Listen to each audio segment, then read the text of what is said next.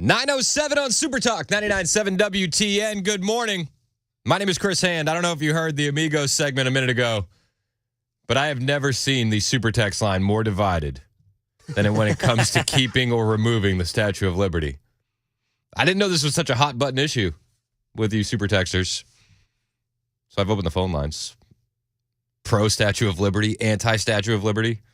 Call me, 615-737-9986. Mac, what are your thoughts on the Statue of Liberty? I'm going to go pro. You're pro Statue of Liberty, really? Really, bro? Ice cold take. Ice cold. Not a fan. Not a fan of the Statue of Liberty. That's a very classic you take, yes.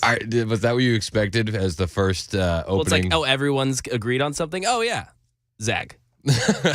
Yeah, no, that's fair. See, that's Brother Chris Hand. That's it. I converted Ken Weaver. Ken is now anti-Statue of Liberty. Well, no, I'm not anti-Statue of Liberty. I just never thought. I've never thought of it in those terms. But he's no longer pro-Statue of Liberty. Ken's on the fence. Well, I just do the news, boys. Ken is he's walking a tight line right now. Exactly, yeah. On whether or not he's pro or anti Statue of Liberty. A lot of people on the Super Text line. I had one guy say, Chris belongs on The View with that kind of take. And then Brian in McMinnville said Chris Hand for president. Like, this is how divided we are. Yes. This is how divided we are. Let me tell you something. I would definitely watch The View if Chris Hand was on there. I would accept an invite. Oh, my gosh. Mac, can you get me on The View? Yeah, I'll see what I can do. Email Joy. Oh, that'd be great. Me and Whoopi are close, so Yeah, I'll contact her. Hit up Whoop Dog. Dude, I want you to sit right by that Behar woman. It's somebody say, send the statue to Canada with the poem. Oh. Keep the poem. Yeah, Rebecca said, Chris, Canada is full of French people. Not a fan. Did you know that in Canada now it's a crime to report crimes and film them? Seriously. Saw a video of a police officer saying you're not allowed to record crimes. And like, so if you have a video of somebody stealing a package on your doorstep, you're not allowed to post that online because it goes against due process. They're innocent until proven guilty, so you can't be doing that. Just Canada things. Just Canada things, dude. This is 0679 says, why does Chris care? He's from Canada. Bingo. All right. Easy on the hotkeys, my friend. Trevor said I should go on the View, but be wearing blackface. We call that Trudeau face around here. Yeah. We do. Yeah. Now, I think I'd want you to sit right by, I can't remember what her name is, but she claims to be a Republican, strategist on The View. However, she holds no conservative value whatsoever. I would love for you to sit by her. That would be cool. I would love it. Mac, make it happen. I'm on it. You're a producer. Produce this. Make it happen. I'm counting on you. Brother Mac, don't you have Whoopi's phone number? Oh, yeah. Whoopi and I are tight. Yeah. For sure. If I don't end up on The View, everybody knows Mac is to blame. Travis said about the Statue of Liberty, I hope Chris is joking. If not, he has lost his mind. I'm not joking. Not a fan. I don't know why that's such a big deal. People like what they like. I don't like that thing. So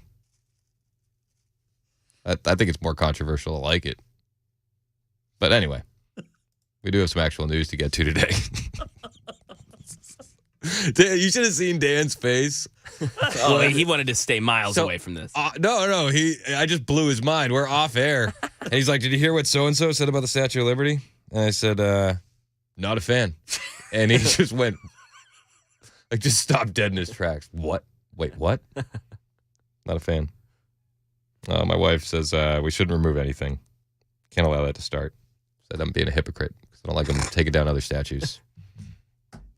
Virginia, it's from France, though.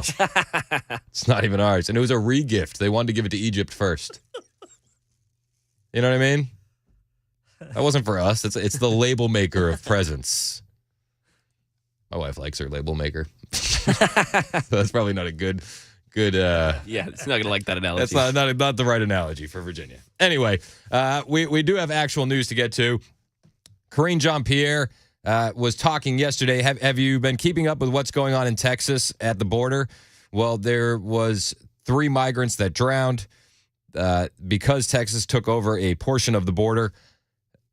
The feds are saying that Texas got in their way of stopping or of rescuing the migrants. Texas said that's not true. The White House released a statement saying that it was Texas's fault, that everybody's pointing fingers at Texas, but it was a lie. The federal government is using that as justification to retake the area around that portion of the border in Eagle Pass from Texas. And Texas is saying, yeah, hard pass. Texas is now defying the Biden administration's order to give feds access to the park along the Rio Grande. So they were supposed to relinquish control last night. But as of Wednesday afternoon, Army National Guard soldiers remain posted at temporary gates at the entrance to a city-owned park along the Rio Grande. The park, again, was seized by Texas Governor Greg Abbott and closed off to Border Patrol agents unless their entrance into the area is first coordinated with state law enforcement and the Texas Military Department. So the state is now defying and standing firm in the face of the Biden administration deadline. And I say good, because the Biden administration does nothing to help the border. But that didn't stop Karine Jean-Pierre yesterday during her press conference from pointing the finger at Republicans. And it didn't start with what's going on at the Rio Grande. It started with her comments about, well, the Republicans, they're consistently getting in the way on border security. Yes, it's the Republicans that are getting in the way, according to KJP. To voters, don't you think they know the difference between, what is a truthful statement and what is spin? And Sorry, this one right here. Why are you repeating this false claim that Republicans voted to reduce the number of Border Patrol agents, even though the Washington Post gave the administration 3 Pinocchios for that? So we don't believe it's a false claim. Our statements were very direct here. Last year, House GOP voted, and not only did they vote for it, but they touted their Limit, Save, Grow Act. That's the act. Well, limit, and they vowed that it would never affect Border Patrol. They voted for and touted it, right? This is an act. And this would have forced the elimination of 2,000 Border Patrol agents. That's what this act that they touted, that they voted for in the House.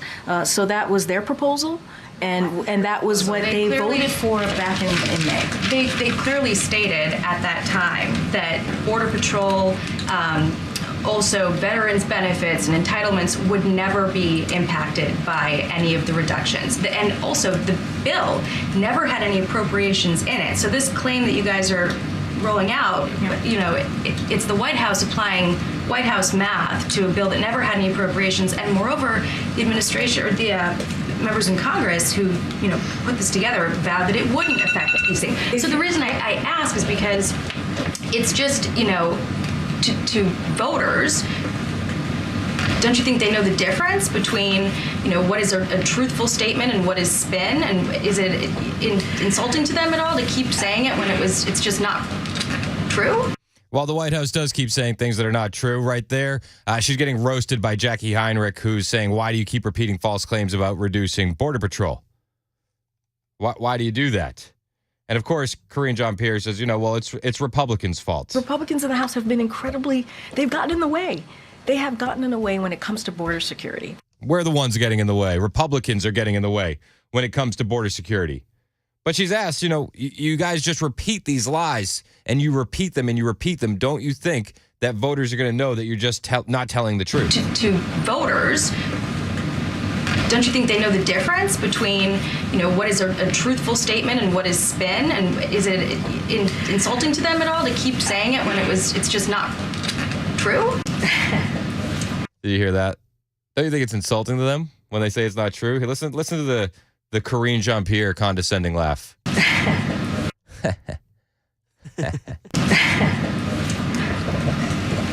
One thing that the president does not do is insult voters or American people.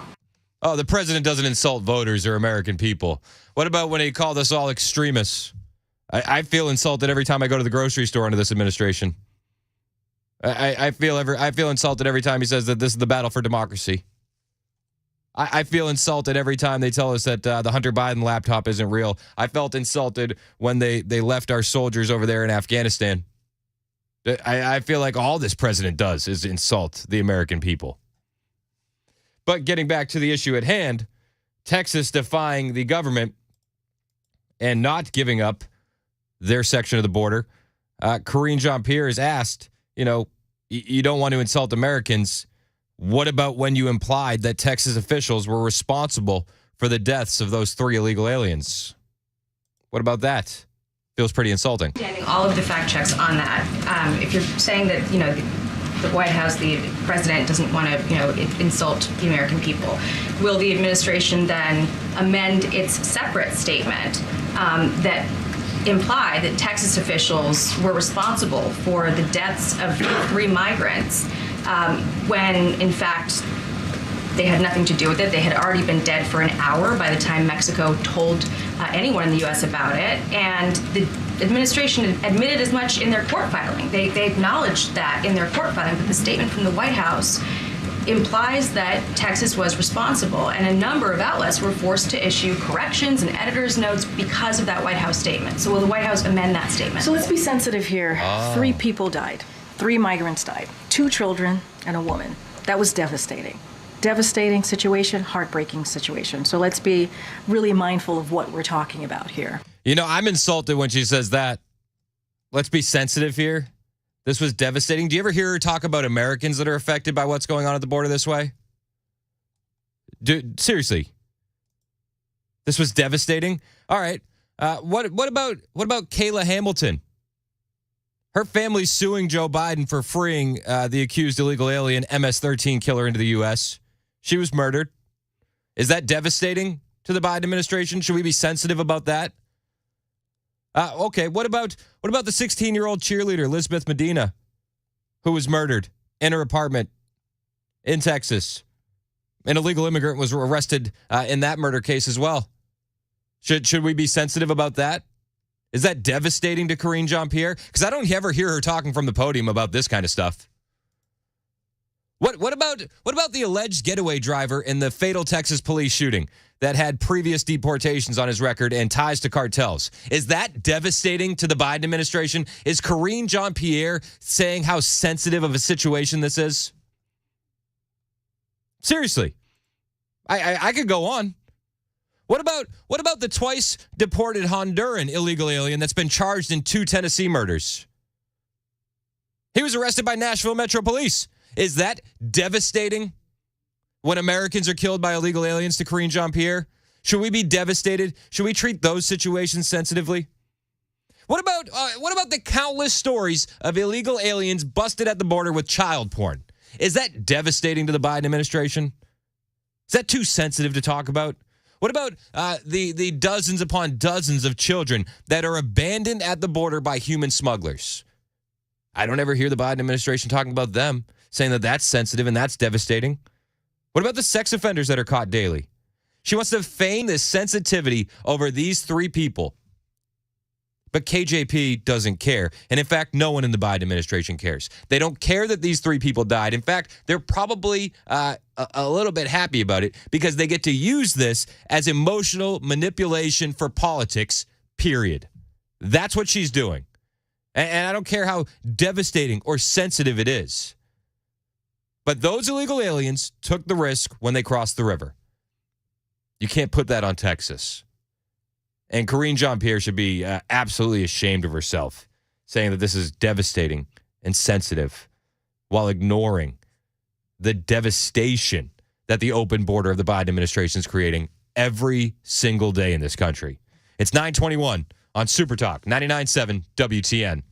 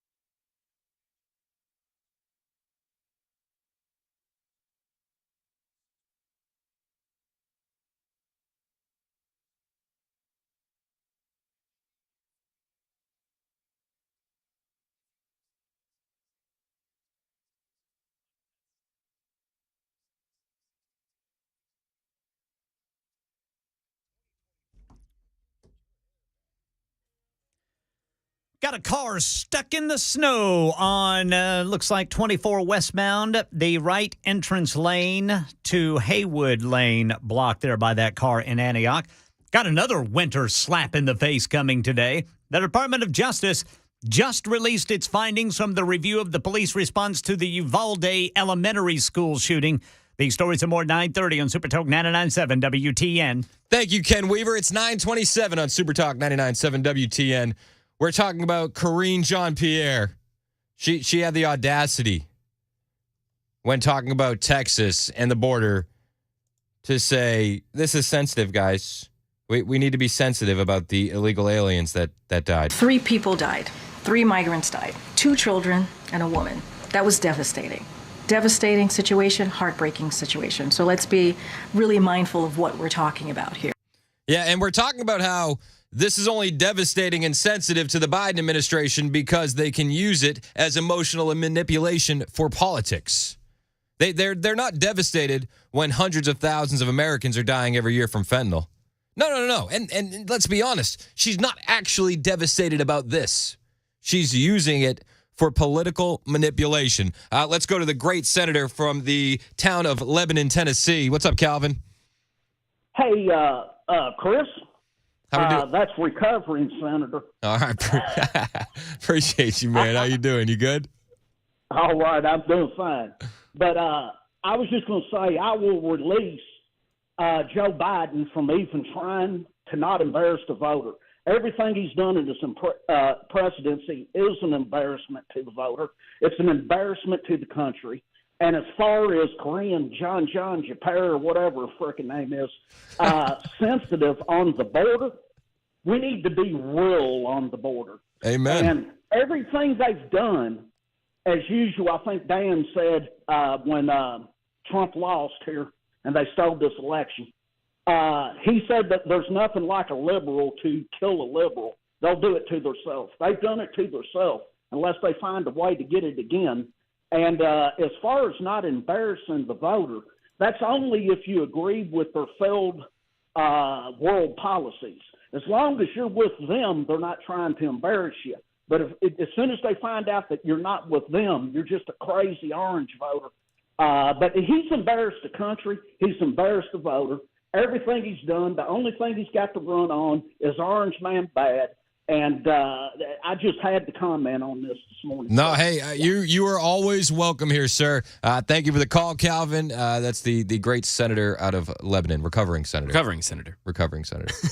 He sounds so much like him. It's great. I love that he's like cool with the joke. Oh, yeah, he loves it. He loves it. He corrected you on it. It was awesome. The great senator out of Lebanon, Tennessee, Calvin. It's 9:30 on Super Talk 99.7 WTN. Here's Ken Weaver with the latest headlines.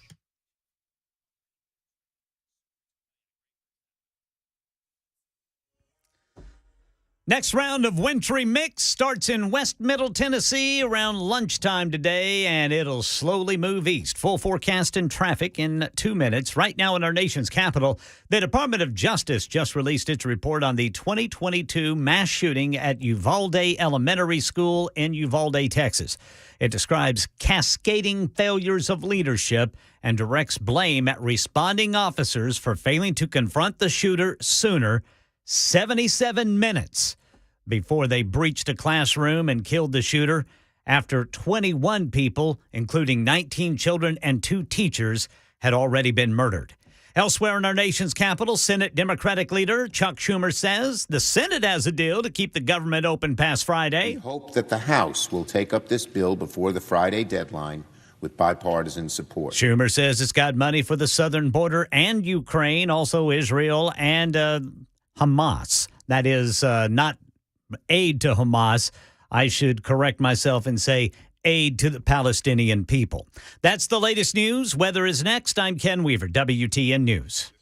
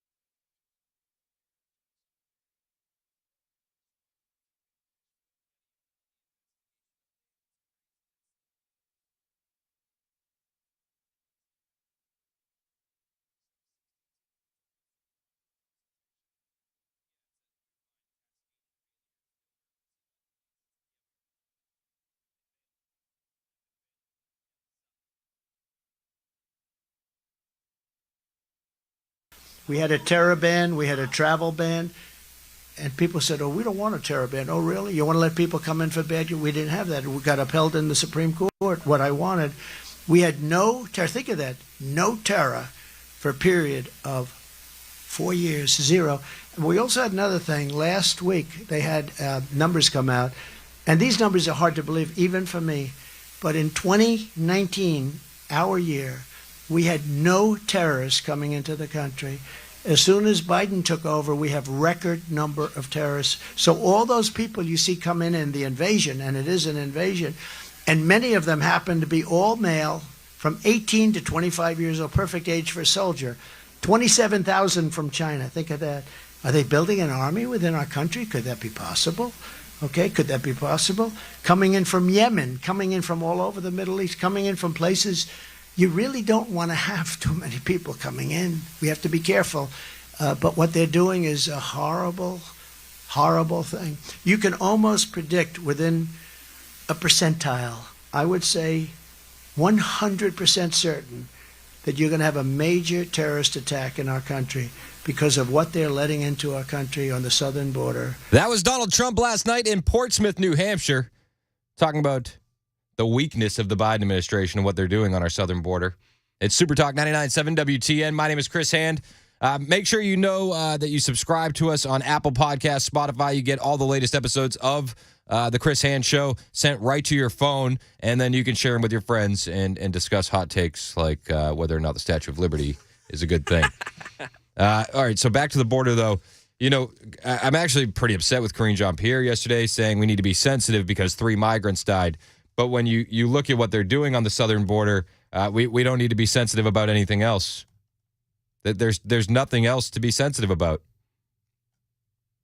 You know, meanwhile, the border issue's so bad, and these cities are being overrun with illegal aliens that you're having things happen like Eric Adams in New York City. The crime, the rising crime and the complaints of begging from illegal aliens has gotten so bad that he is going to be instituting a curfew on several illegal alien holding facilities in the city. This is what we're seeing. According to a report from the New York Post, illegal aliens who have been staying in temporary housing facilities will now have to clock in by 11 p.m. and remain inside until 6 a.m. in the morning. And it's because of complaints around panhandling. That's happening around these large illegal immigrant tent cities, and crime is spiking in the areas around these shelters. Anyone who is found to violate the curfew 3 times within 30 days will be expelled from the center. Not expelled from the country, expelled from the center. So if you're committing crimes and panhandling outside of the center, you can't stay in the center, but you'll still be within in the city allowed to commit crimes and panhandle. This is just Democrat solutions to these problems. You know, the governor of New York is no better. She's allocated $2.4 billion, $2.4 billion for the illegal aliens in her new budget plan. And she said something the other day that really kind of blew my mind. She said the quiet part out loud. And I'll play it for you, and then we'll discuss. This is the governor of New York City, Kathy Hochul. We're going to continue focusing on securing work authorization and put the migrants and asylum workers to work. Put them to work. That's exactly what they came here for. That'll continue to be our focus. Put them to work. That's exactly why they came here. That's exactly what they came here for. Work. I thought they were coming for asylum. I thought we weren't allowing people to come for economic reasons. Did I miss something? That's exactly what they came here for. Well, I know that's what they came here for, but isn't that supposed to be not the reason? Isn't the reason supposed to be asylum? It kind of blows my mind. And then we have the meeting yesterday with Johnson, McConnell, Schumer, and Hakeem Jeffries with the White House. And they're talking about whether or not they're going to get a border deal.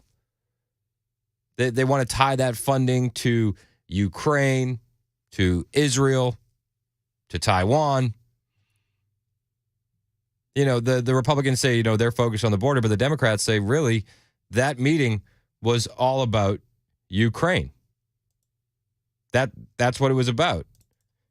Karine Jean-Pierre said so much herself on CNN. He had Republicans and Democrats at the White House today to talk about primarily Ukraine. That was the important part of that meeting, to talk about the importance of funding Ukraine and making sure that they can continue to fight against the tyranny and fight against the aggression of Mr. Putin and what's happening there, especially in the last 2 years. How did that meeting go? Because obviously the border plus Ukraine are sources of extreme tension between Republicans and Democrats. And it's part of that national security supplemental that the president put forth a couple of months ago. It's important. The reason why it's a supplemental is because it's an emergency request. We have to continue to fund Ukraine because it's about our national security, not just about Ukraine.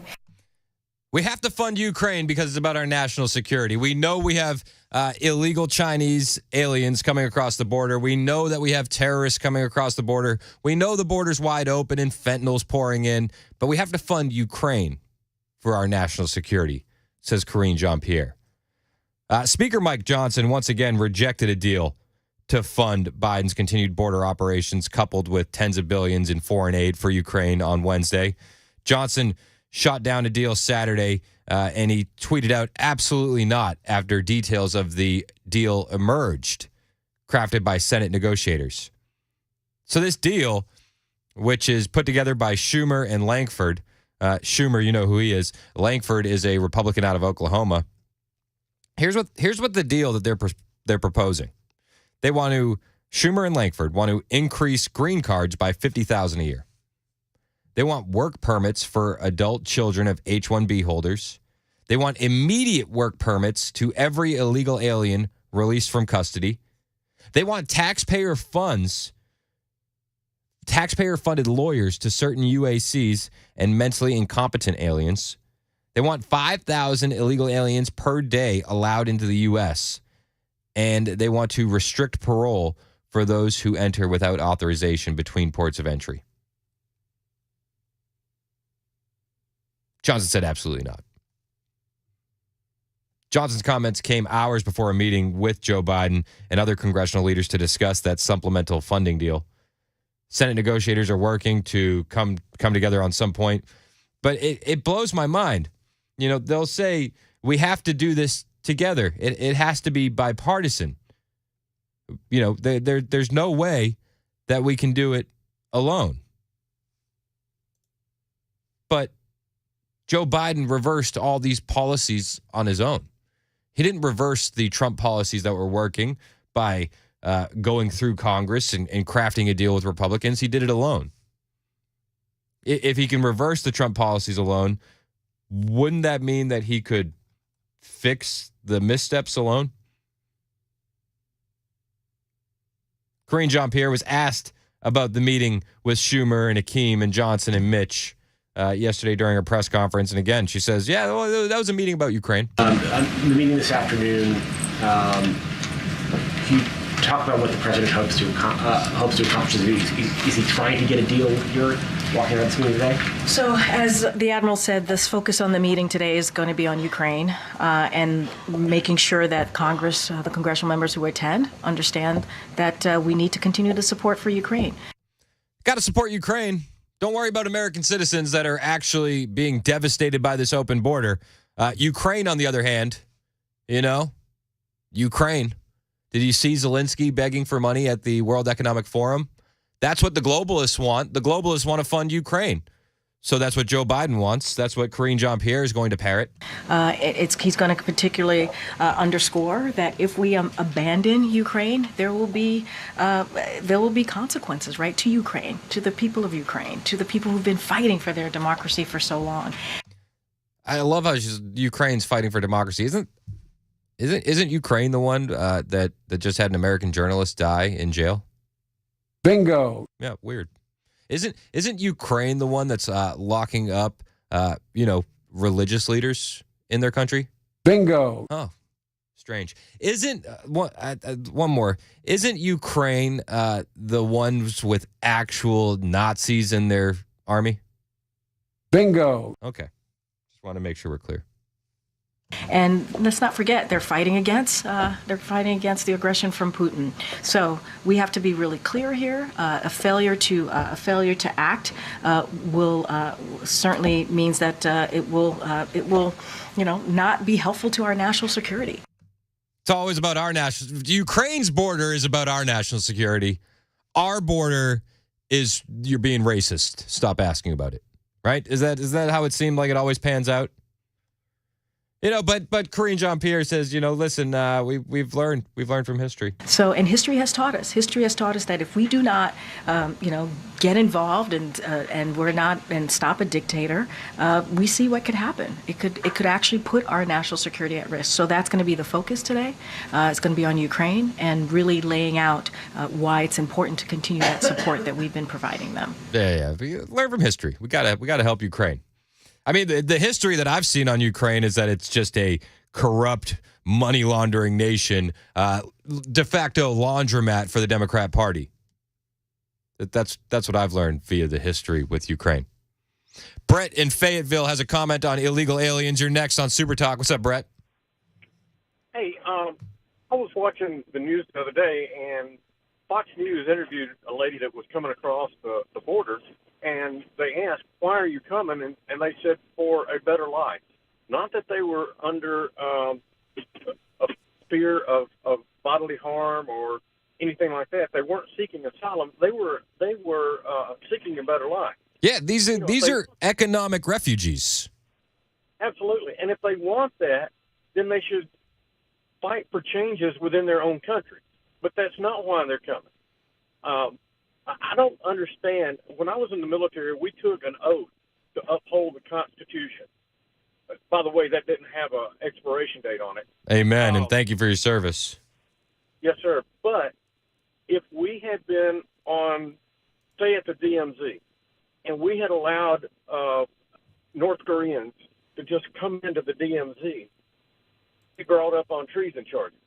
I don't understand why Biden, who took basically the same oath, is not being brought up on treason charges. And if I were through the Biden administration for just that. I'm with you. I mean, he's absolutely abandoned this country with his lack of doing anything helpful at the southern border. He's going in the opposite direction. And I appreciate your call, Brett. I'm with you. It does feel like treason. It feels like he's actively, working against the interests of our nation. Richard in Smyrna has a comment on Ukraine funding. So should we give them all the money, Richard? No, don't give them anything. It's the purpose of it. Zelensky was exposed, and I forget what the woman's name is. She's a black conservative. There's a lot of speeches on Fox. And I know you know who she is. Young, pretty black girl that's basically well-spoken. I think that she exposed Zelensky and called him a mobster with unlimited funds. Because like you pointed out, you touched one of my bases, that they're using neo-Nazis in their armies to harass the largest group of Jewish Russians in Ukraine. Yep. 2, he's been caught skimming the money that we sent over there for the oil money for the diesel fuel. He skimmed approximately $500 million, him and his colleagues have skimmed.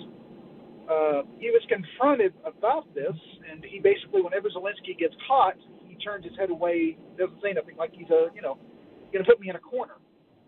But the reason he keeps coming back is, why not? Easy pickings, no ending for the war, no way to win it. We'll just keep coming back and beg for money by the time that it's a big. He has taken us for a ride, and I think we need to stop. And there's no. They know about this. They know about the money, but there's going to be no account. There's no accounting at all. They just shove the money at them. Unlimited funds. Just keep funding. And again, using this deal, we have to fund Ukraine. And this is the thing about it is, if we find out, and I wish they would, if Burisma is shaping our policy on Ukraine, let hell break loose on this one, because we find out through the Hunter Biden funding through Burisma, if this is the payback that they get their money, basically our weapons, are funding them millions of dollars and no accounting for it to pay back for the money that Hunter got, all hell's going to break loose if Burisma is shaping our foreign policy towards Ukraine. Yeah, I mean, I definitely think you could make that argument that it's like Biden's compromise there, but it's also, greasing the pockets of the military-industrial complex at the same time, which is why you have, the neocon Republicans jumping in, like Mitch McConnell, who's just fine with funding Ukraine. And Nikki Haley, yep, got now the endorsement of all the, and she's another mess. The point of, I think Vitek Vadaswamy told her, once you go back and become a, basically work for Raytheon, what you need to do, because this is pretty scary. And now you've got the only living Koch brother now has put his millions, put his endorsement behind her. Yep. And don't forget, you got Democrats funding Nikki Haley as well, like Reid Hoffman, the guy that created LinkedIn and is a known visitor of the pedo island with Jeffrey Epstein. So I mean, she's got the best people funding her campaign. And she's getting all her little town halls. She's got a number of town hall meetings on MSNBC, where it was the liberal news channels are giving her little question and answer town hall meetings. Am I not correct on that also? No, you are. Thanks for the call, Richard. I appreciate you, man. Thank you for listening. Yeah, I mean, I'll give her a pass on the CNN town halls. Everybody does that, right? Didn't even Trump have a CNN town hall? Yeah. Got to fish where the fish are, Go reach different audiences. Bingo. That being said, I think she's an absolute neocon shill, weak nominee, weak candidate, terrible person. Bingo. You know what I mean? I don't know why anybody could endorse her. One of the guys that we're going to talk to after 10 o'clock, Chris Spencer, he's running for state Senate in Tennessee in the Sumner County and Trousdale districts. He's going to talk about the school choice that they're trying to get through. And I'll be honest with you, I've had some pauses on the school choice, and the reason being, I like the idea of it, but one of the big organizations pushing it in Tennessee is Americans for Prosperity, and they've openly endorsed Nikki Haley as a candidate. So I have a hard time trusting your decision-making ability. But we'll talk to him about it. Maybe it is a good idea. It is 9:54 on Super Talk 99.7 WTN.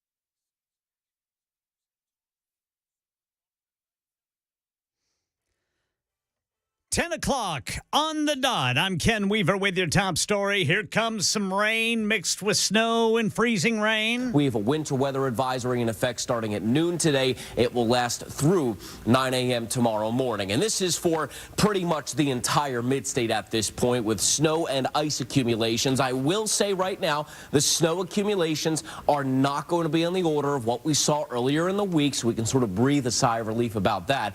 But now we talk about additional ice accumulations on top of that. All right, full forecast in 2 minutes. Right now in our nation's capital, the Justice Department just released the findings on the 2022 Robb Elementary School massacre in Uvalde, Texas. It describes, quote, cascading failures of leadership and directs blame at responding officers for failing to confront the shooter sooner.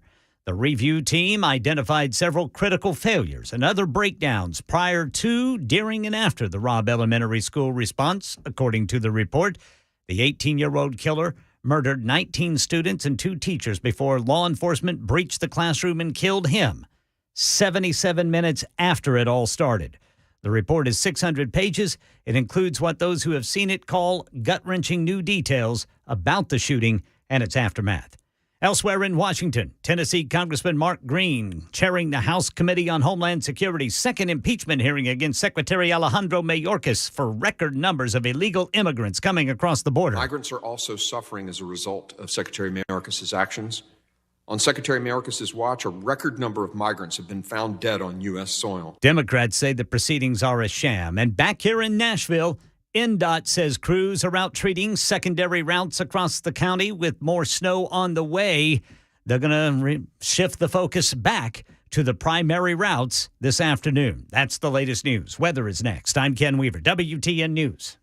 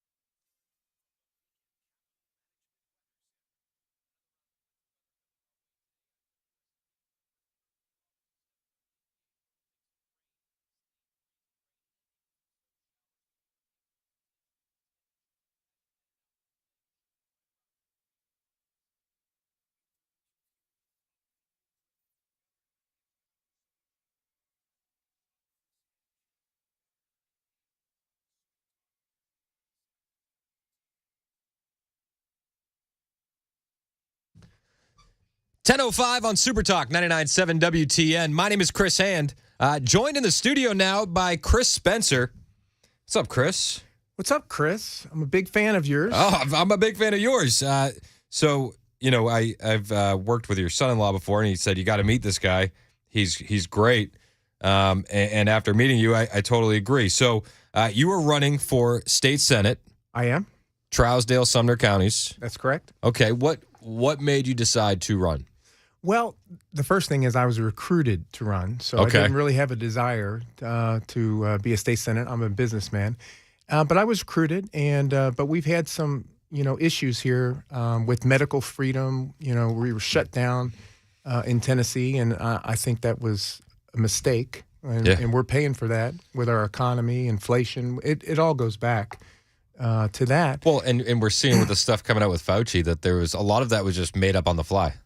Well, that's interesting. Dr. Fauci has, been back in the news.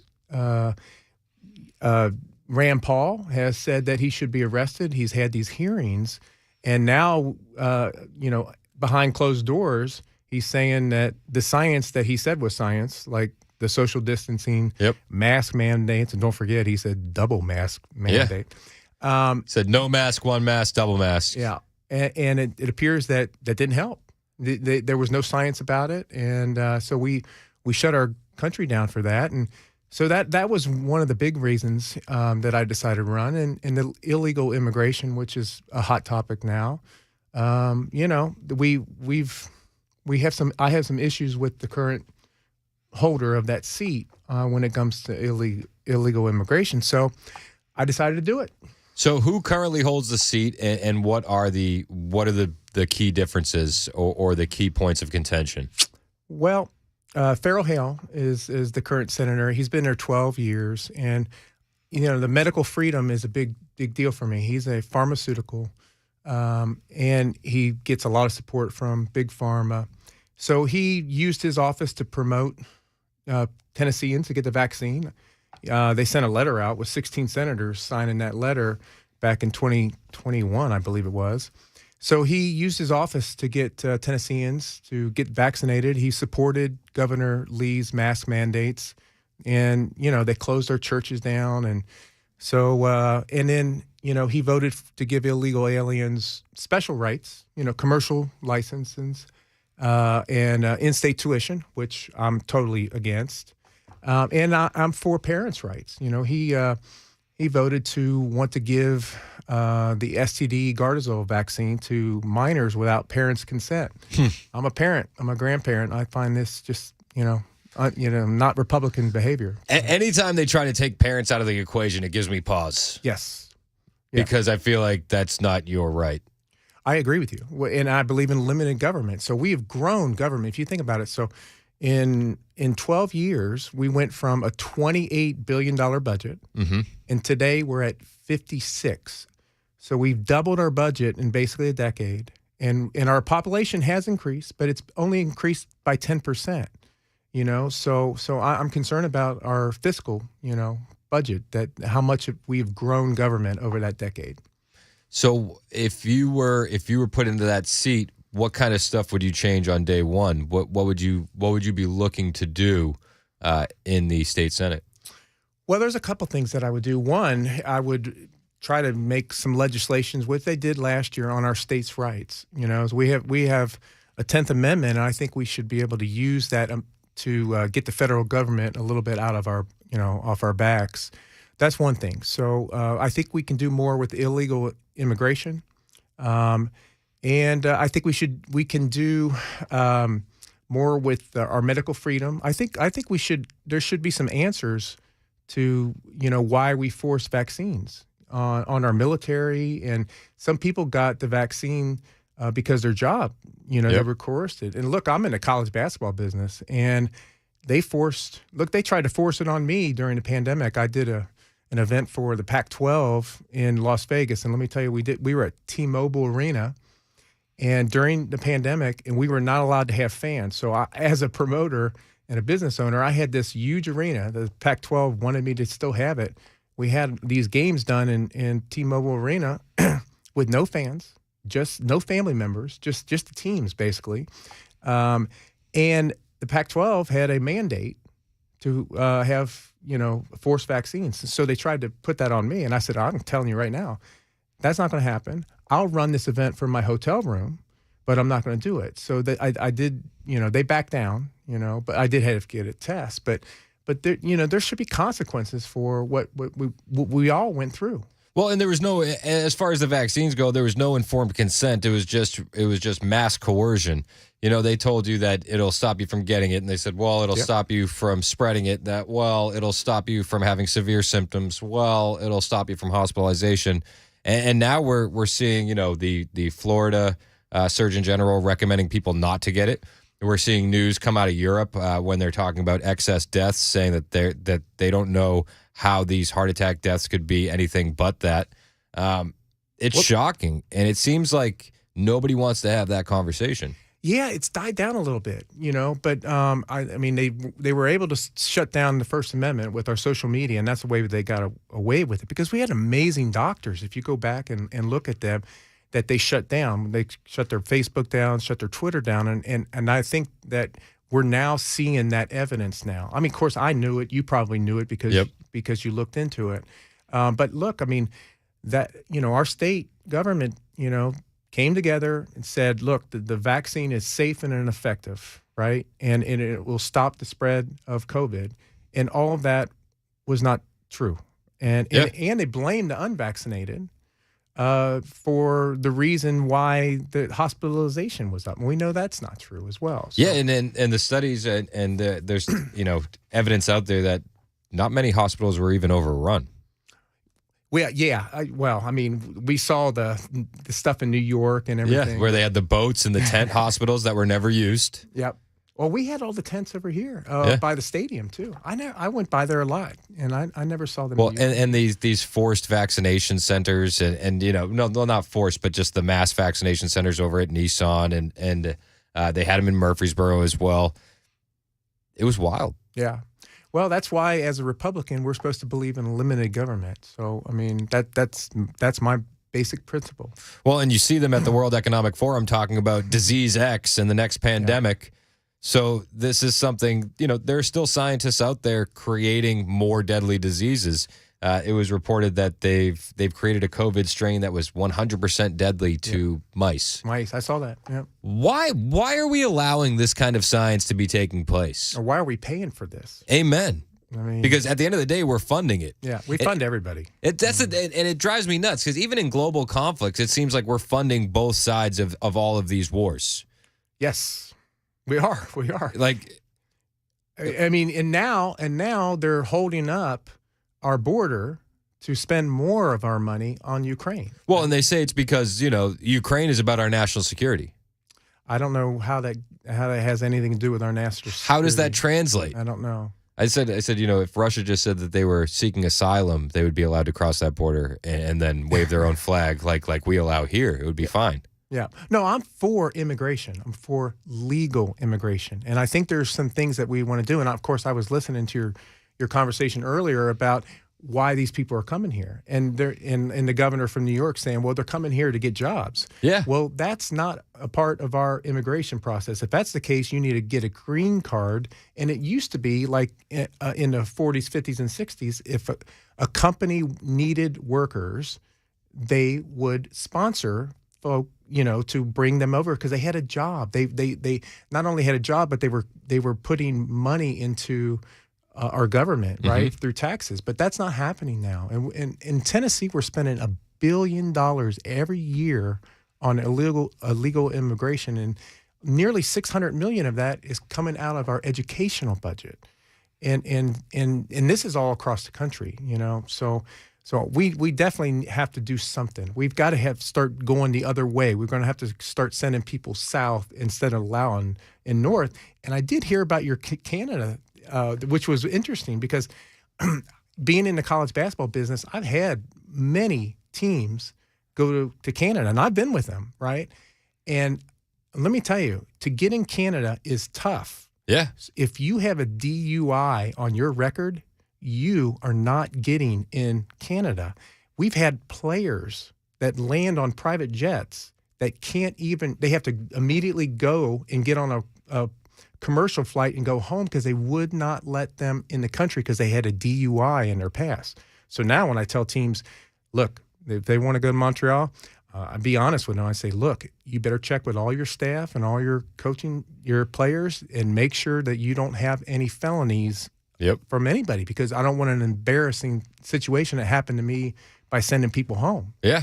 Yeah, it's crazy. And in case you missed it, this is the clip of Kathy Hochul saying, we got to put these migrants to work because that's why they're coming here. We're going to continue focusing on securing work authorization and put the migrants and asylum workers to work.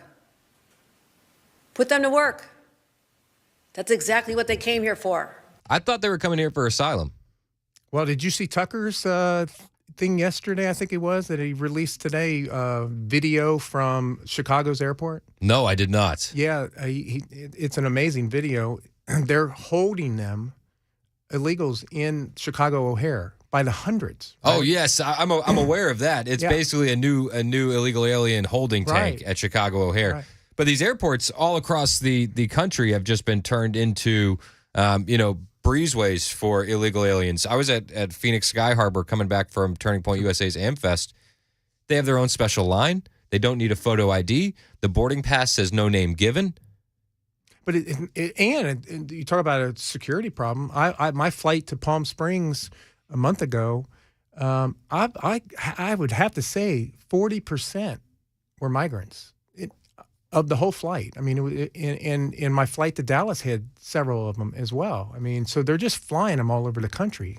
So what can we do on a state level to push back against this? Can we make it illegal for businesses to hire illegal aliens? Is that something that could even get through?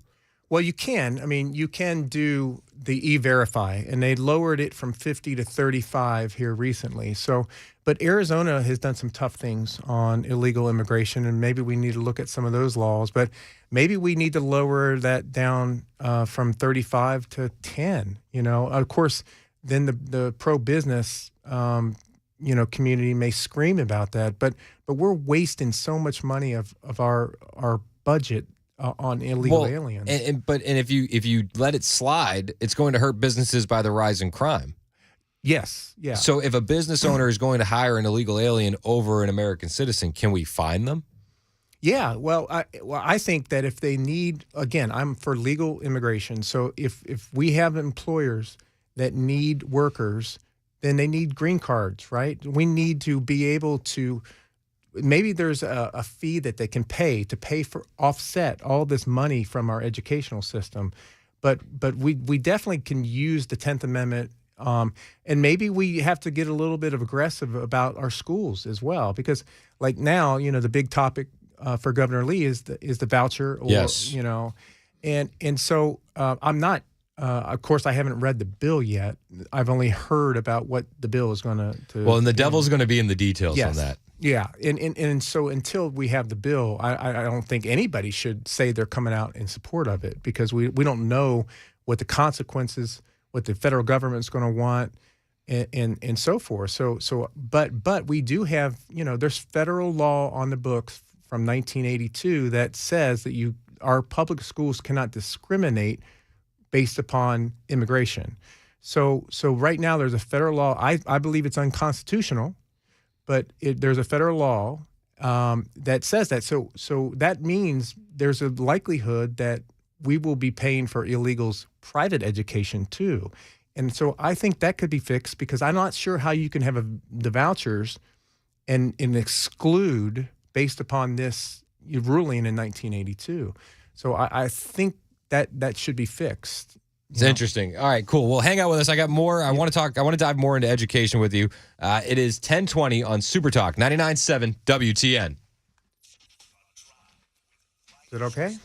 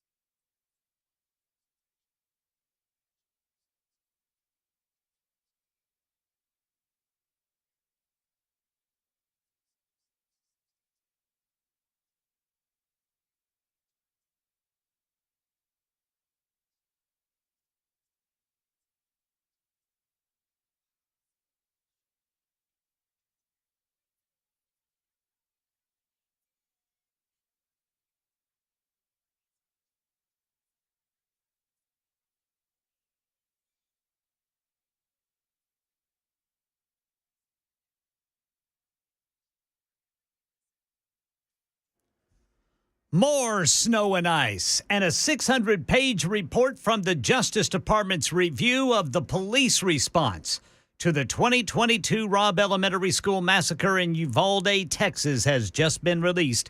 Details coming up at 10:30 on Super Talk 99.7 WTN. 1024 on Super Talk 99.7 WTN. My name is Chris Hand, joined in studio by Chris Spencer, who is running for Tennessee State Senate District 18, Sumner and Trousdale counties. What's up, Chris? How are you? I'm doing great, Chris. So I wanted to retouch on this school choice program. Because you brought up a point that I thought was interesting about would we be paying for illegal alien children to go to private school? It's very possible because of that 1982 court ruling that we cannot discriminate. So these are public money that we are forced to have them in our public schools. If we're taking that money and put it into private schools, I don't know the answer for sure, but I mean, I suspect that it's possible. And why wouldn't it be, right? Well, of course, because we don't protect. You know, we're not America first anymore. We're global America. Yep. You know. Yeah. It's we haven't been America first for a few years now. So that does give me pause. One of the things that has given me pause about the school choice, and full disclosure, I love the idea of it. Yep. As a dad with 4 kids and sending my kids to private school, because it's like I feel like that is a better investment than college. I'd rather make the investment on the front end than the back end. And to be able to raise them with like a biblical worldview is important to me and my wife. So we cut corners. We try to make it happen. So as a dad that's doing that, you know, I have 2 kids in private now. It's like, why wouldn't I want to get a voucher? But I do find pause because, like you said, we haven't read the language in the bill, so we don't know the specifics. Mm-hmm. And something that gives me pause with it is the people that are speaking out loudly in favor of it. Now, while it doesn't always mean Americans for Prosperity, for instance, very loudly in favor of the school choice. They're also very loudly in favor of Nikki Haley. Yep. So, and you know, listen, you can walk and chew gum. Like maybe they're wrong about one thing and they're right about this, and that could very well be the case. But I just always look at who's really championing this thing and why. And then what other causes are you championing? And it kind of gives me a little bit of pause. Well, it sounds good, and I'm not against it per se. I just want to be able to read the bill to have an educated decision on that. But I'm a product of the public school, and I did send my girls to private school, at Hendersonville Christian Academy, and that was my choice. I wanted them to learn about God, and that's one thing I want to bring back to public school.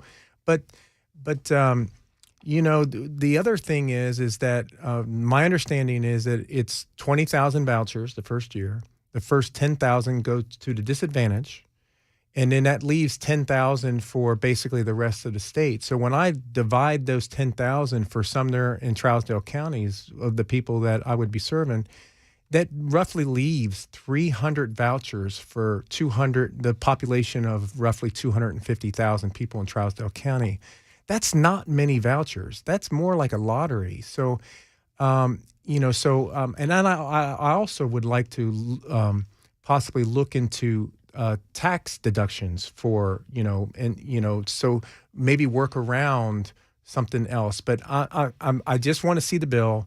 But I do have some concerns just on those. But I do think that we need to do more to help out families. Like me and my wife are blessed. We work hard, and I know that there's other people with young kids that aren't exactly in the best situations. I feel like we do need to look out for them a little bit more, because we're not going to have people raising the next generation of Tennesseans and Americans if they're out of the home all day, or the kids are being raised via daycare all day.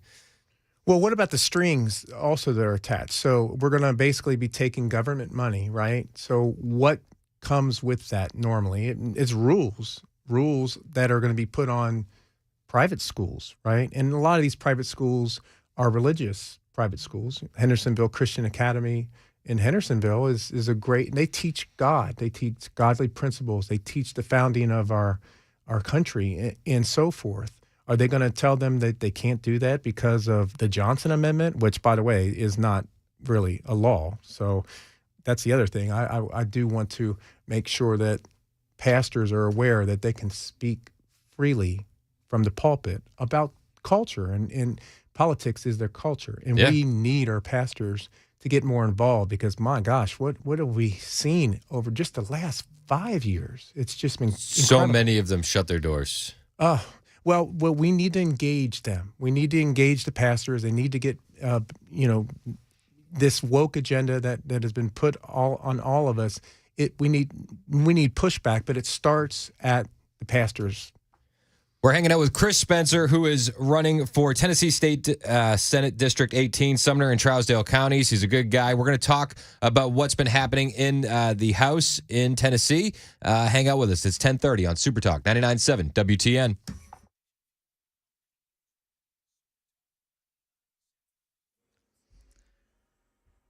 I'm Ken Weaver with your top stories. Here comes another round of wintry mix. And right now we've got a problem in traffic to tell you about, too. The right two lanes of 24 westbound are blocked just past Old Hickory Boulevard in Laverne. Looks like somebody just abandoned the vehicle. Stefano DiPietro says this new round of wintry mix shouldn't be as bad as the last one. The winter weather advisory is in effect from noon today until 9 a.m. tomorrow morning. It's across most of the area right now. The only exceptions being McMinnville, Shelbyville, down through the Winchester areas. A lot of those spots look like they'll probably end up staying rain. Elsewhere, looking at ice and snow accumulations, all of which are going to be minor. So this isn't going to be a major ice storm. Yeah, we will see about that. The Nashville Department of Transportation says its crews are currently clearing secondary routes, but with the potential for more snow and ice, those crews will be shifting back to primary routes this afternoon. That's the latest news. Weather is next. I'm Ken Weaver, WTN News.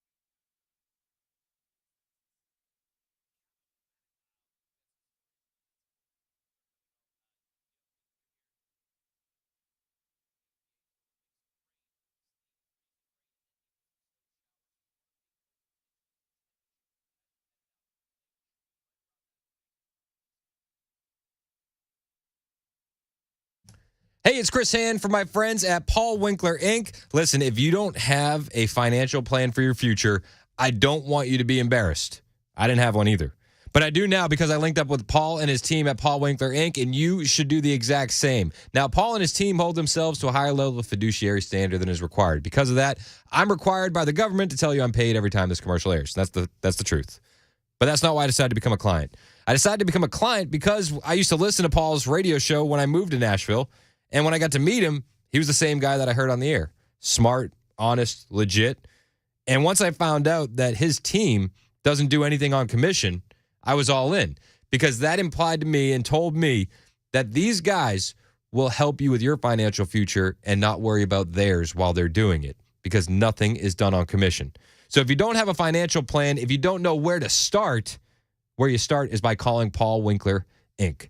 615-851-1950. You can set up a complimentary 15-minute phone call right now on his website, paulwinkler.com, and they will provide you with investment education that is evidence-based and backed by Nobel Prize-winning research. Every single office is run by a degreed planner with over 20 years of experience, and you can feel the difference between Paul's team and the rest because of that experience. So hit up the website, paulwinkler.com. That's paulwinkler.com. Super Talk 99.7 WTN. My name is Chris Hand. Phone lines are open at 615-737-9986. We're hanging out with Chris Spencer, who is running for Tennessee State Senate in the Sumner and Trousdale counties. If you have a question for him, pick up the phone or shoot us a text. 615-737-9986. Me and Chris were talking about, what do you want to talk about? And one of the things that came up was the Tennessee House Select Committee on the rules that kill transparency. Yes. So tell me about that. What happened? Well, I guess in the committee, Representative Ritchie, I believe it was, he wanted a rule change that called for a roll vote instead of just a voice vote, right? And so they shot it down. So Representative Ritchie wanted more transparency, and I kind of agree with that because I think we're having, my understanding is we're having really some good bills that are dying in committee because who drafted the bill, right? Kind of like a fraternity, if you will. And I think the public needs to see why a representative voted against, and when you do a voice vote, it's not necessarily going to be, on the website of why they voted against it. So I'm for more transparency. Well, it adds an extra layer of accountability if your name is next to it, right? Yeah, and for some controversial bills, I think these representatives should be doing town halls. We're passing bills that no one knows about, and they never know about it until someone like me runs and brings out that information. Well, and we have guys that cover a lot of this stuff really well. I know Murphy is really in tune with a lot of the local politics, but you do have to go out and really find this stuff if you want to know what's happening in the House. How could that change? How could that get better? Well, again, I think the transparency of the committee votes would help. Now, in the Senate side, it's different. They don't do voice votes over there. So, and I understand the argument that my representative William Lambert talks about is that they have so many bills they have to go through in committee, right? And they're trying to get through them fast. Well, we still need to have transparency. So, I'm in favor for that in the House. I really am. So. No, I'm in favor of that as well. Another bill that was up for discussion was death penalty for child rapists. Yeah, very interesting bill. I'm in favor of parts of that bill. I'm just waiting to see what happens through the committee process, and if it makes it out of committee, and the sausage that goes into it, and so forth.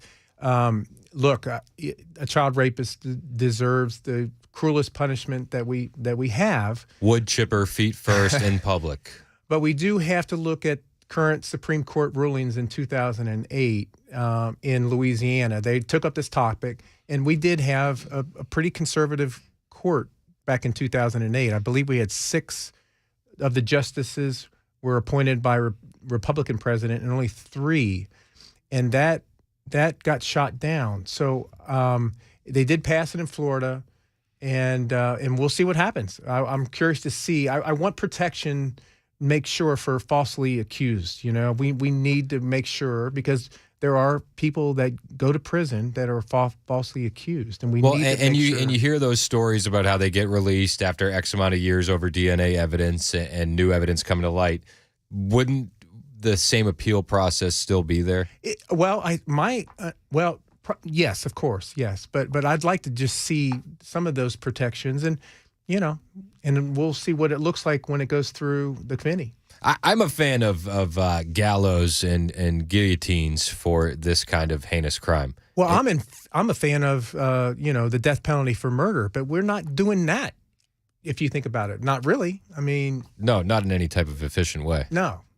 Yeah, it does frustrate me where it's, you're sentenced to death, but let's let you live out the next 50 years on the public dime. Yeah. That needs to be fixed too. So how do you fix that? I don't know. Again, that's probably a state rights issue, and I'm for the states deciding what they want to do, and people can decide. Look, California, they don't want to have the death penalty. Then, if that's what you believe, then go move to California. For murder here in Tennessee, I'm for the death penalty. You can, that it is what it is. I want to do things that I can make sure that are followed by the scriptures as well. So. Well, millstone around the neck. Yeah. I in Matthew, Mark, and Luke. I hear you. Yeah. All right. So we're hanging out with Chris Spencer, who's running for Tennessee State Senate in Trousdale and Sumner counties. If you have a question for Chris, you can text us at 615-737-9986, or you can give us a call. Donovan's on the line. He has an education question for you, Chris. Hey, Donovan, you're next. What's up? Hey, thanks for taking my call. When you were talking about the law from the early 80s there, that you can't discriminate, or you can't turn away any children. If you think about today's time and frame, there's a lot more illegal immigrant children that we have to deal with today than we did back then. Back then, it probably wasn't an issue. Is there any way to get that readdressed and say, well, maybe we need to look at this for cost-wise?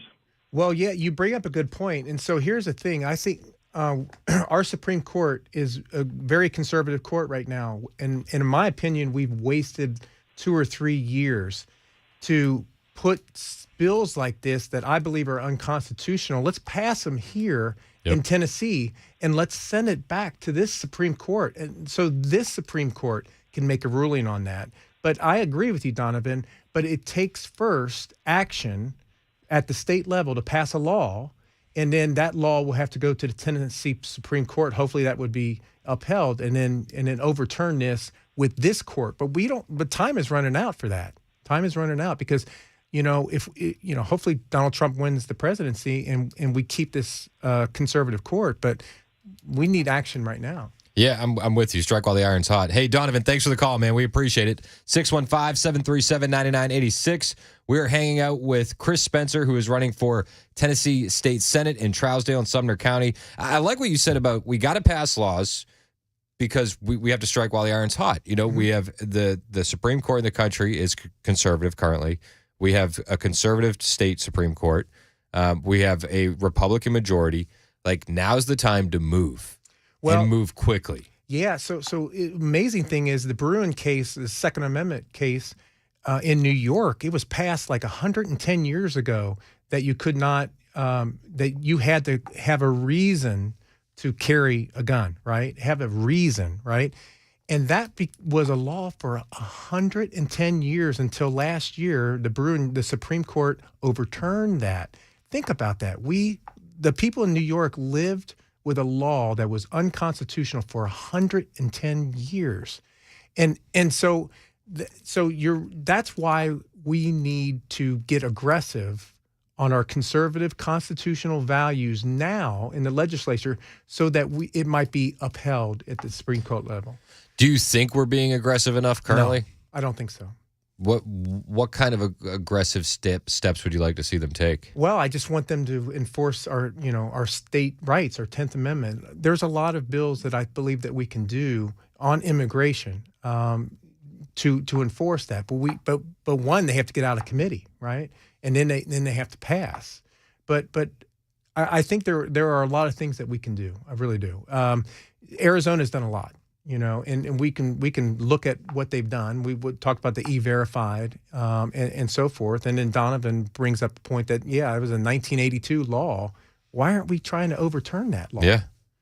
I mean, that's why can't we do a bill that says we're not going to use public funds for illegal education and pass that and then see where it goes with the Tennessee Supreme Court, and then on to get rid of this 1982 law. No, I'm with you. 615-737-9986. If you have a question, you can call or text. Chris Spencer is with us. He's running for state senate in Trousdale and Sumner counties. I like Chris a lot, and I hope that if you're in those counties, you'll look into them when it comes time for the election, because I think we need somebody that believes in the Constitution and is going to be aggressive down there.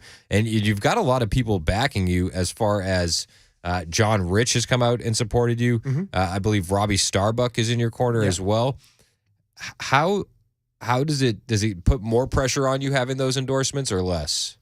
I haven't really looked at it as a pressure, because the way I look at it is if I win, it's God's will for my life. And if I don't win, I go back to being a grandpa. And I'm fine either way. It's win-win. Yeah, right? I right? like that. So I don't really look at it as pressure. I do want to make, I am who I am. And I want to make them proud, that they're following me. And I won't change. I'm not a politician.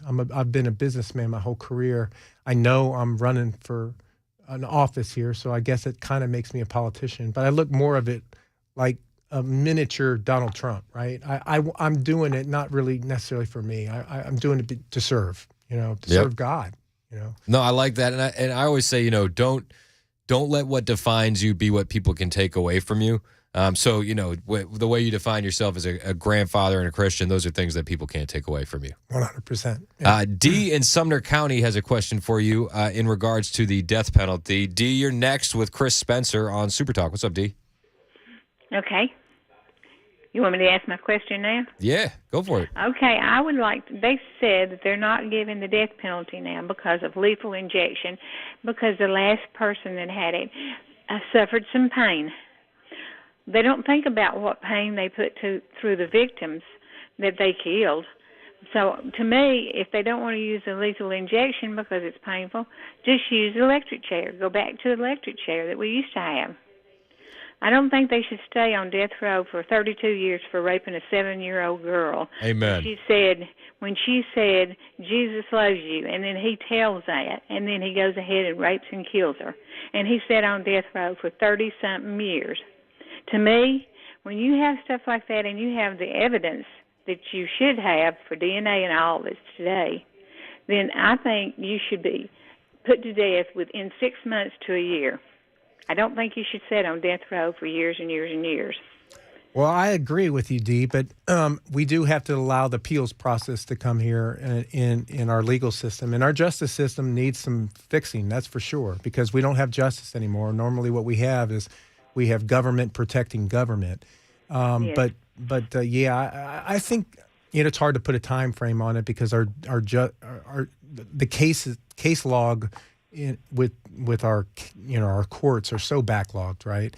But it shouldn't be 30 years. It should be 5 years, right? Yeah. I mean, but 30 years is way too long. Yes, definitely. Because we do the dentures, we do the doctors, we give them everything. Even sex And change yet now. They're sitting there doing Sex nothing. changes too. Unbelievable. Hey, D, thank you so much for your call. We appreciate you listening. We're with Chris Spencer, who's running for state senate in Tennessee, in Trousdale and Sumner counties. Where can they find you on the internet, Chris? ChrisSpencerForSenate.com. ChrisSpencerForSenate.com. And they'll find all of your action items and your plan. Are you doing any fundraisers? Are you getting out there, shaking hands, kissing babies? We are. We're going to have some fundraiser. We haven't released it yet, but we definitely have. John Rich is going to do some things for us, and doing one at Lee Beeman's home later on in the spring. But yeah, we have some good fundraisers coming up. So we're going to be hearing a lot more from Chris. He's also on Twitter, so make sure you find him there. What's your log on Twitter? I think it's SpencerTN18, or yeah, I think that's what it is. SpencerTN18. Oh, I'm double checking for you because you tagged me a tweet. Yep, SpencerTN18. SpencerTN18. Billy has a question for Chris. You're next on Super Talk. Billy, you're with Chris Spencer. What's up, man? Well, I agree with the lady that just called. And the only reason there's such a backlog in our courts now is because they don't punish criminals anymore. And I say this from firsthand experience, where I have a brother that's 38 that has spent 90% of his adult life in prison just getting in and out. And they don't punish them. And when they're in there, they're not punished. They're given all kinds of rights and everything. They ought to make them go back to wearing the black and white striped suits and busting the big rocks and the little ones and building the roads and stuff again in this state, and actually make it where they don't want to go back and they do serve their sentence. I agree with you 100%, Billy. If they're sitting in jail, we might as well put them to work, right? We got potholes to fix. I agree. Hey, thanks for the call, Billy. We appreciate it. I like the idea of black and white stripes. Personally, it has a bit of a nostalgia to it, doesn't it? It does. It does. Chris Spencer is running for Tennessee State Senate in Trousdale and Sumner counties. I hope you check him out. It is 10:50 on Super Talk 99.7 WTN.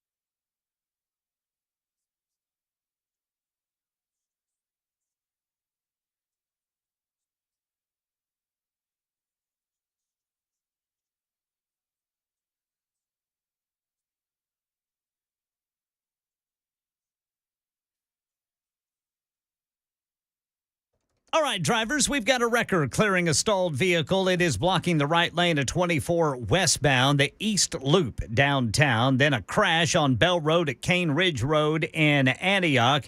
And now Murfreesboro Pike and Hamilton Church Road in Antioch. We've got more snow and ice potentially on the way. A man's body found in a Tennessee state park. And reaction to the just-released Justice Department report on the Robb Elementary School massacre in Uvalde, Texas.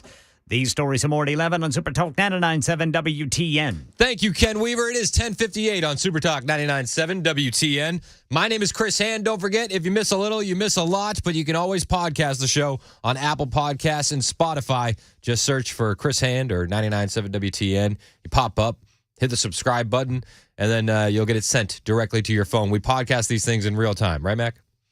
Oh, yeah. I was just double-checking that you're doing that. Right, Mac? Right?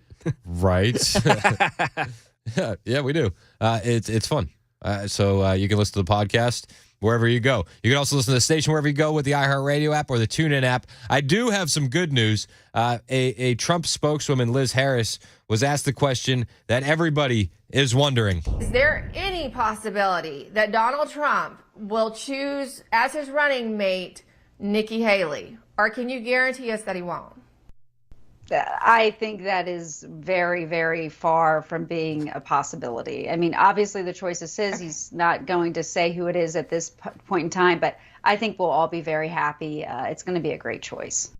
So, probably not Nikki Haley, right? Did you pick up the same vibes? Yeah, I'm getting a no vibe. It felt like a no vibe. And if you heard what Trump said about Nikki Haley last night in Portsmouth, New Hampshire. Ooh. You definitely got some no vibes. I'll play that for you after the break. It's 11 o'clock on Super Talk 99.7 WTN.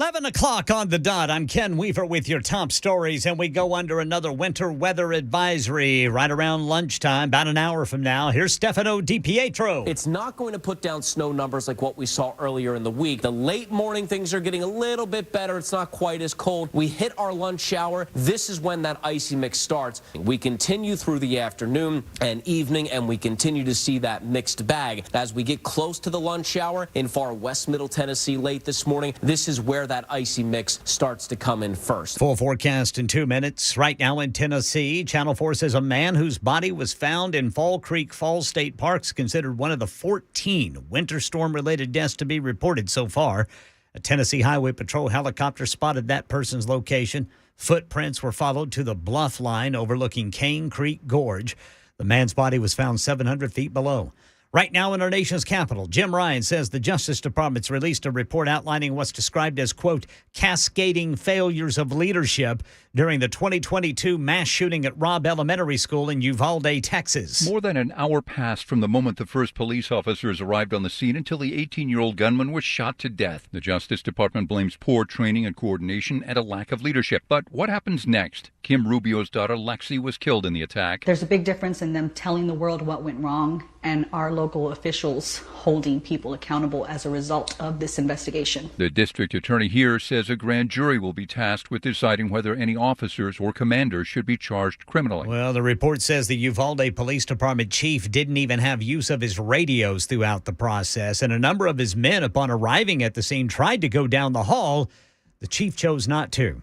Tens of thousands of pro-lifers are expected at the annual March for Life tomorrow in Washington. Participants going to salute the 14 states enforcing bans on abortion throughout pregnancy. They'll proclaim that thousands of babies have been born who otherwise might have been aborted. While abortions have decreased to nearly zero in states with total bans, they have increased elsewhere, notably in states such as Illinois, Florida, and New Mexico, which are near those with more restrictions. That's the latest news. Weather is next. I'm Ken Weaver, WTN News.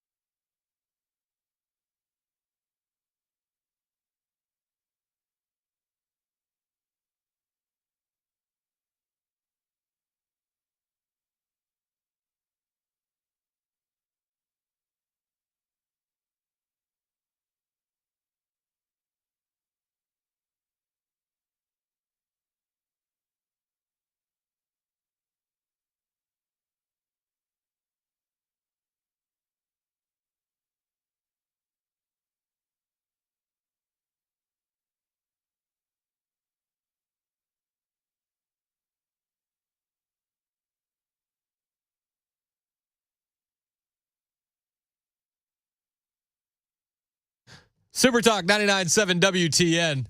My name is Chris Hand. So I promised you that I would play this audio from the Trump Portsmouth, New Hampshire rally last night. Because I had that audio from a Trump spokeswoman. Says, that's far from a possibility of Nikki Haley being VP. I said, yeah, I'm pretty sure that's far from a possibility. This is Trump on Nikki Haley last night. Oh. The people behind Nikki Haley are pro-amnesty, they're pro-China, they're pro-open borders. You know, she wants open borders, don't kid yourself. Pro-war, and they're pro-Biden, because those are the people that are sending them. Biden people are coming in. They have Biden stuff, and they're coming in to register and to vote in your primary. It is crazy. You got to get that changed. We're going to take it. If we weren't popular, how do you win? Where everybody's allowed basically to come and vote. The enemy, which let's say in this case, until it's over, because you know the whole country is going to unify by its success. When we're successful, the country is going to be unified. We are going to unify our country through success. But right now, we don't want Democrats voting in the Republican primary, Sununu. Sununu ought to do that instead of walking around with Nikki Haley, and her polls go down every day. Sununu has been walking around with Nikki Haley a lot. He's just white knighting and simping for her in interviews. And Trump is right. In these primaries in New Hampshire, anybody can vote. So Democrats are going to come in there and vote for Nikki Haley. I will say this, though. The latest polling out of New Hampshire has Trump up 16 points over Nikki Haley. And this is from Suffolk University, the Boston Globe, and NBC 10 Boston. They conducted a survey among 500 likely New Hampshire Republican primary voters over 2 days, and it shows Trump sitting at 50% support, 50.4. Haley is in a distant second place with 33%. And then the ultimate humiliation of this poll, undecided is polling higher than Ron DeSantis. You're going to have to activate something. You're going to have to do something. Ooh. Yikes. Who is this undecided? And what is his platform? Oh, my gosh. Undecided. Polling higher than Ron. Ron! I mean, to be fair, Nikki was polling higher than Ron in Iowa, and he beat the brakes off her, you know? It's a two-person race now. Two-person, man. Surging. It's a surge. So, I don't know. Maybe Ron will do something. We'll see. We'll see. Bill O'Reilly called DeSantis' campaign the worst campaign since Hoover. Pretty rough. And Congressman Greg Steube out of Florida said that DeSantis should get back to Tallahassee and do his job. He has. He's been Florida's absentee governor. That's what he has been. Yeah, not much governing happening. No, you don't need to worry about that. But yeah, he was called out by Greg Steube. He said he needs to do the job Floridians elected him to do. This race was over before it even started. Steube said in an exclusive statement to Breitbart News, the GOP is solidly behind the leader of our party, President Trump. So, get on back to Tallahassee. Is there anything to do in Tallahassee? Like, nobody ever talks about Florida and is like, I'm going to Tallahassee. Yeah, man. Tallahassee's where it's at. Like, maybe they put the office in Miami. He'd be more willing to go back. Right? Like, Tallahassee. Yeah, come on. Destin. Like, yeah, everybody. I've heard more people say Destin. Obviously, that's where people go around here. But yeah, Tallahassee. I don't even, could probably have an easier time finding Ukraine on a map than Tallahassee. Is that, you know what I mean? Like your average person on the street, point out Israel or Tallahassee. I bet you people would have an easier time finding Israel. Oh, that's true. You know what I mean? Like, no, let's it's just be literally real. true. Yeah. Why is their office in Tallahassee? Is that that's their state capital, right? Fact checking. I think that's their state capital. Why? I don't know. Put it somewhere better. It's like put it somewhere better. Florida does a lot of things right. You know what I mean? Let's be honest. Florida, very popular state. Maybe one of the worst state capitals ever. It's Tallahassee. Yeah, it's Tallahassee. Who does that? That'd be like, I don't know. What would that be like? The equivalent of Tennessee. Memphis. Yeah. I was going to say, make sure it's somewhere out of our listening area so we don't insult a whole group of people. I've done enough insulting today with my take on the Statue of Liberty, so I don't feel like I need to revisit that. Tallahassee, terrible city. Terrible city. 2199 texted in and said, "Hey, Max, snow is real." Jury's still out on that one, 2199. Jury's still out. However, I think we can all agree that there is no chance Nikki Haley will be Donald Trump's VP. The radical left Democrats are supporting Nikki Haley because they know she's much easier to beat than Trump. And you know what? If she weren't, they wouldn't be doing it. But, you know, they're great disinformation people. Misinformation, disinformation. You know, they're almost the same, but not quite. But let's not go into definitions right now.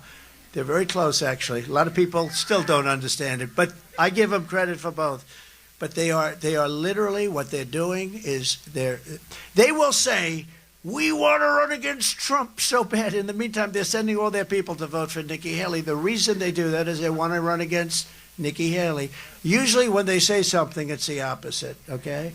And they're very good at it, too. They're good at cheating in elections and disinformation. Trump was classic Trump last night in Portsmouth, New Hampshire. They're good at a couple things. Cheating on elections and misinformation. He was right, though, when he said, you know, usually when they say something, they mean the opposite. That's the Democrats for you. Like when they say they want to secure the border, they mean the opposite. You know, this is what they do. He did bring up the fact that everybody was doing better under Trump. And it's not even a contest. And we can all agree with that. You know, all of us except for Karine Jean-Pierre. Karine Jean-Pierre goes on CNN and says the thing about the economy. It's like, oh, well, Americans haven't noticed how good the economy is yet. Why do 71% of Americans think the economy is not doing well? I mean, you've listed a litany of things already. Why the disconnect? So we know that it's going to take time for people to fully feel what the president has done. But again, we've seen consumer confidence go up. So people are starting to feel it. Yeah, maybe it'll take some time for people to see what the president has done. And maybe after Trump is elected and he fixes the economy, the Democrats will start to take credit for the economy again. And they'll say, well, that's hangover from Biden policies. But Trump made the point last night in Portsmouth, New Hampshire. You were better off under a Trump presidency. And he's absolutely right. But we had record low poverty rates. We're talking countrywide. We had record low poverty rates, record high incomes, highest incomes, record incomes ever anywhere. And we increased the typical American family's take-home pay by over $6,000. The Democrats were $5,000 negative. We were $6,000 positive. And that's without inflation. If you think about that, without inflation, virtually everybody, I think I can take the word virtually off, but everybody was better off under Trump. Everybody was better off under Trump. Everyone. And people are noticing. The noticing continues, my friends. The noticing continues.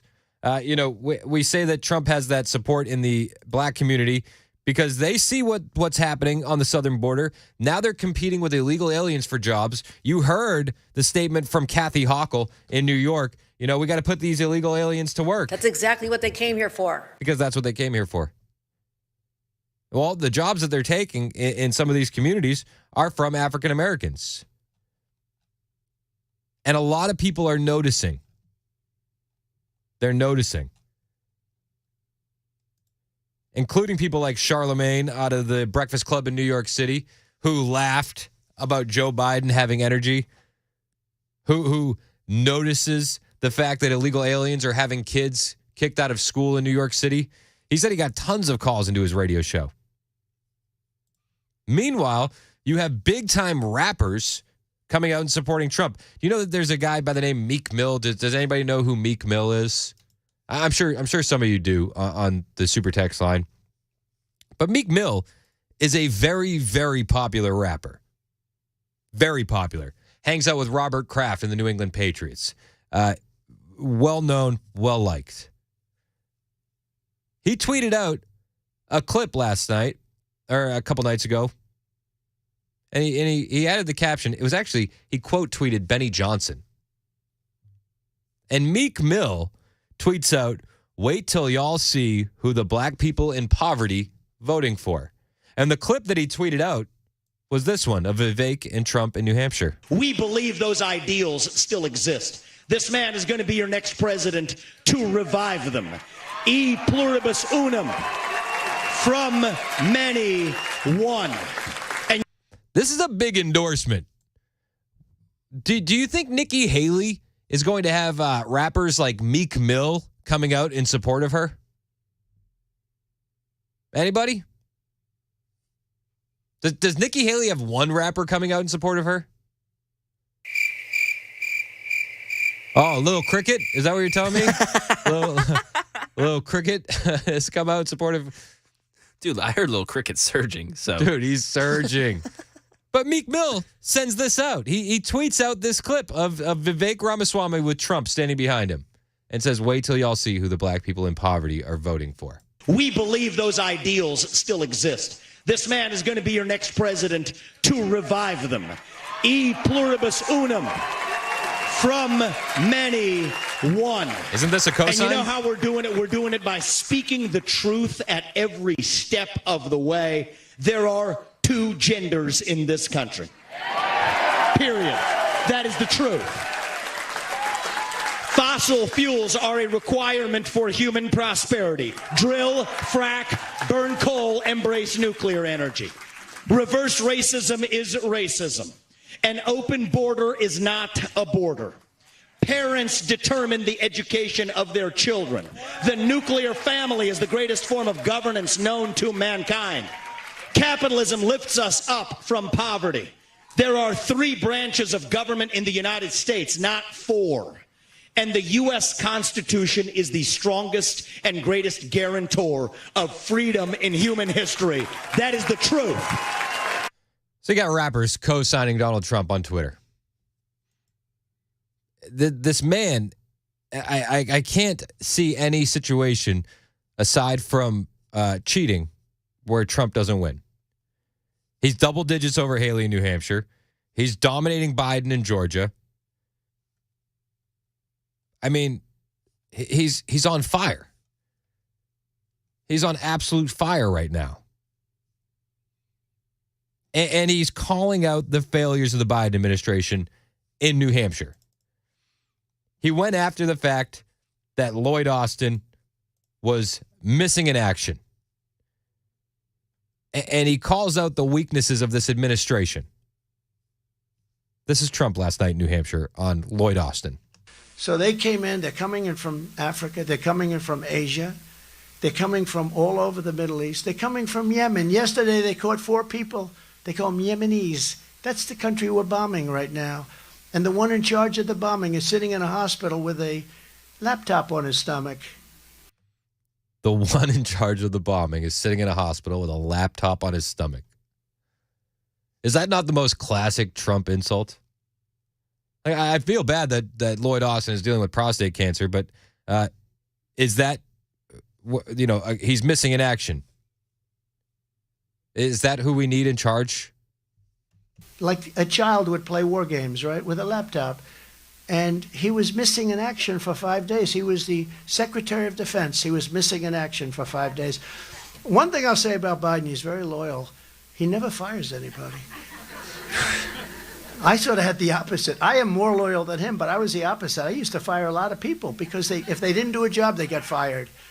And it sort of gave them an incentive. But he never fires anybody. When you have Afghanistan and you don't fire one person, not one general. He brings up Afghanistan. Not one person fired for that. Nobody ever talks about Afghanistan as much as we did while it was happening. It seems like so much bad has happened during the Biden administration that a lot of the bad has been forgotten. Like the vaccine mandates for military members, like the Afghanistan botched withdrawal. It's like we're always waiting for another shoe to drop with how much bad comes out of this administration. I got rid of Comey. I fired Comey because he was no good. He was terrible at the FBI. And it was not an easy firing either. But if we didn't do that, we probably wouldn't be standing here talking to you right now because they had bad things in mind. They had bad things in mind. But this guy never fires anybody, no matter how bad they are. Look at what's happening with our airports, and it's a disaster. And Buttigieg, You know, years ago I said, how do you pronounce that damn name? And they said, boot, edge, edge. The word edge, edge. That's the way it's pronounced, boot, edge. He ain't doing too good a job. Those airports are bad. If people get a plane that's on time, it's like a miracle, right? It's like, did you know that I actually got out 2 weeks ago? I got on time. But these planes are sometimes 2 days late. It's the worst it's ever been. There's never been anything like it. And he's supposed to be one of the hot candidates for president. I don't think that's going to work out. You know, I'm proving myself right again. It's like there's so much bad that happens in this administration, I forget that bad things happen. And as he's talking about Pete Buttigieg, is that how you pronounce it? Buttigieg? Yeah, Buttigieg, yeah. I was reminded East Palestine, Ohio happened during this administration. The train derailment. You know, the same East Palestine, Ohio that Joe Biden is yet to visit. You know, because it's mainly a district that voted for Trump in the 2020 election. It's always weird how Biden doesn't care about Trump areas, you know. He wants to unify the country, but if your area voted Trump and you're dealing with a disaster, good luck. You know, like East Palestine, Ohio, or even worse, he'll actively punish you. Like in New York City, the area where the kids were removed from school and sent to Zoom classes, and then the illegals went in and took over the school. That was a district that overwhelmingly voted Trump as well. Isn't it always strange how these coincidences happen? It's got to be weird. It's a coincidence. Hey, a good coincidence, though. I'll tell you a good coincidence. It seems like Vivek Ramaswamy is already rubbing off on Trump a little bit. In a good way. And I'll tell you why that's a good thing. Hang out with us. It's 11:21 on Super Talk 99.7 WTN.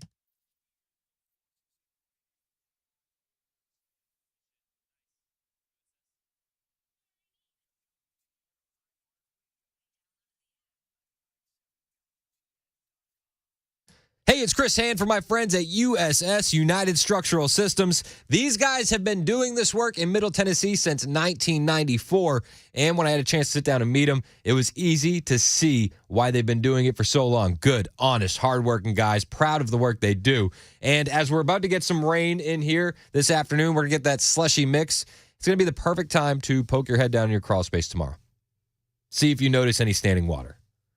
Wet basement walls, cracks in your basement floors, those are signs that your house is trying to tell you something, and you should give USS a call to check it out because they can help you with whatever your house may need. If it's foundation repair, they got you.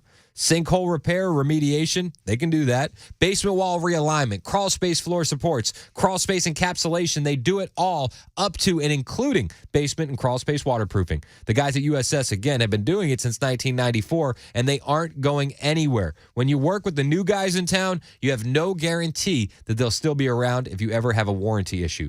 But USS is so proud of their work, so confident in their work, that not only will they be around if you ever have a warranty issue, but if you're not around and there's a warranty issue, the warranty will stay with your home. They're not a franchise, and they'll make a custom solution to meet your needs. And you won't pay until the work is done and you are satisfied. So if you have any of these issues, call USS today. 25,000 satisfied customers are backing them up, and I'm so confident that you will be number 25,001. Call USS today, 615-488-7855. That's 615-488-7855 or online at USSTN.com.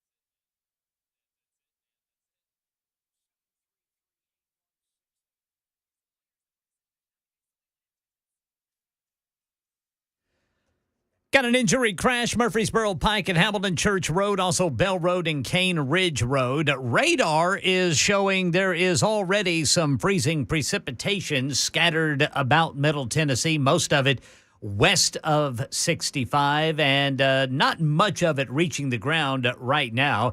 The Justice Department investigation into the law enforcement response to Robb Elementary School massacre in Uvalde, Texas is finally over. Wait until you hear what's in it. Coming up at 11:30 on Super Talk 99.7 WTN. Thank you, Ken Weaver. It is 11:26 on Super Talk 99.7 WTN. My name is Chris Hand. So I made the statement a minute ago. Vivek Ramaswamy, who dropped out of the race on Monday, is already campaigning with Trump. And I think he's already starting to rub off on him a little bit in a good way. And it's one of these conversations where you kind of have to keep your eyes on it to know what's happening. Central banking digital currencies, not something I've heard Trump talk about before. And maybe he has. Maybe I missed it. But I've not heard him talk about CBDCs. Have you heard him talk about CBDCs I don't think so, no. Well, it took a couple days of hanging out with Vivek Ramaswamy. And now in New Hampshire last night, Trump made this statement. And tonight, I'm also making another promise to protect Americans from government tyranny. As your president, I will never allow the creation of a central bank digital currency. Do you know about that? I didn't know you know so much. I'm very well. New Hampshire, very smart people, very current. You know what they're doing. Such a currency would give a federal government, our federal government, the absolute control over your money. They could take your money, you wouldn't even know it was gone. This would be a dangerous threat to freedom, and I will stop it from coming to America.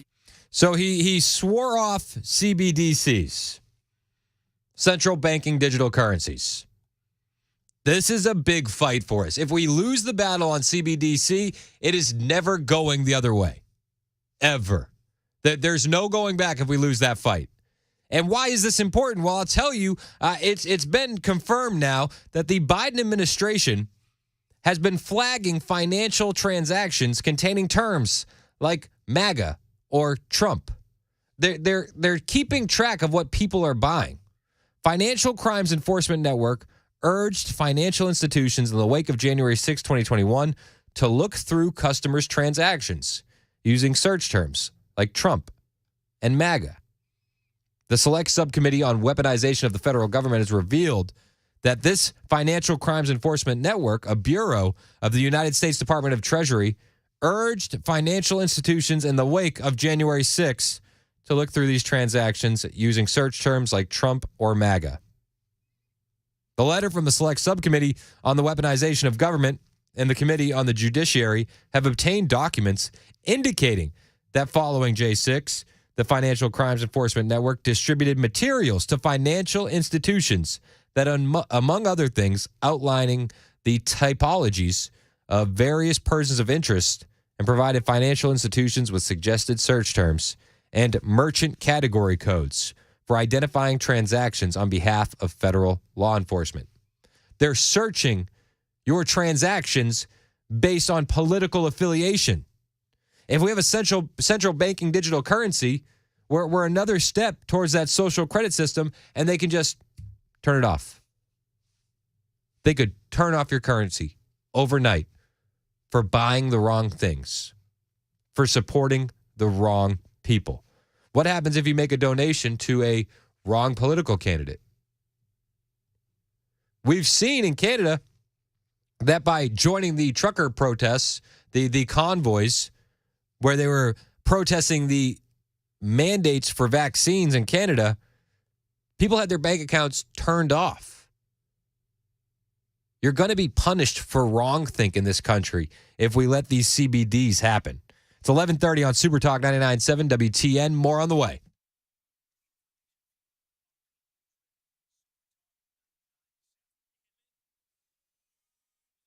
11:30 on the dot. I'm Ken Weaver with your top stories. Radar already showing some scattered light snow and what may be some freezing rain in Middle Tennessee. Most of it is west of 65. Scattered, though. Full forecast in 2 minutes. TDOT, by the way, has started treating bridges and overpasses again. Nashville Department of Transportation crews currently working to clear secondary roads are going to transition back to primary routes this afternoon under this winter weather advisory that goes into effect in half an hour.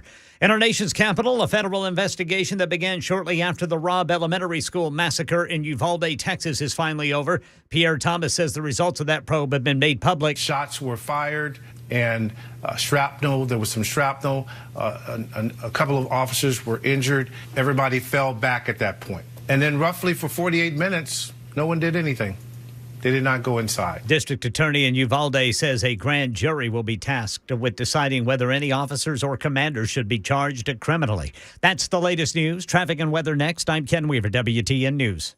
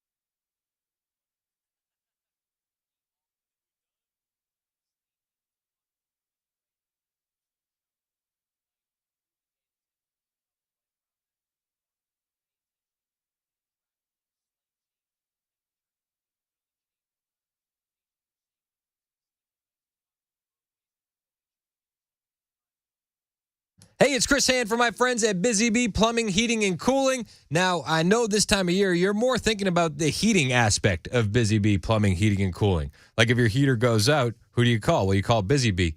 But don't underestimate the plumbing aspect. I was talking to Dan Mandis, who is another Beehive member, and he told me that when he had a plumbing issue yesterday, he thought his pipes froze. He didn't know what to do, but then he realized he knew exactly what to do. He's a Beehive member. He called Busy Bee. They were out there in 90 minutes to help him with his plumbing issues. So don't wait for problems to pop up.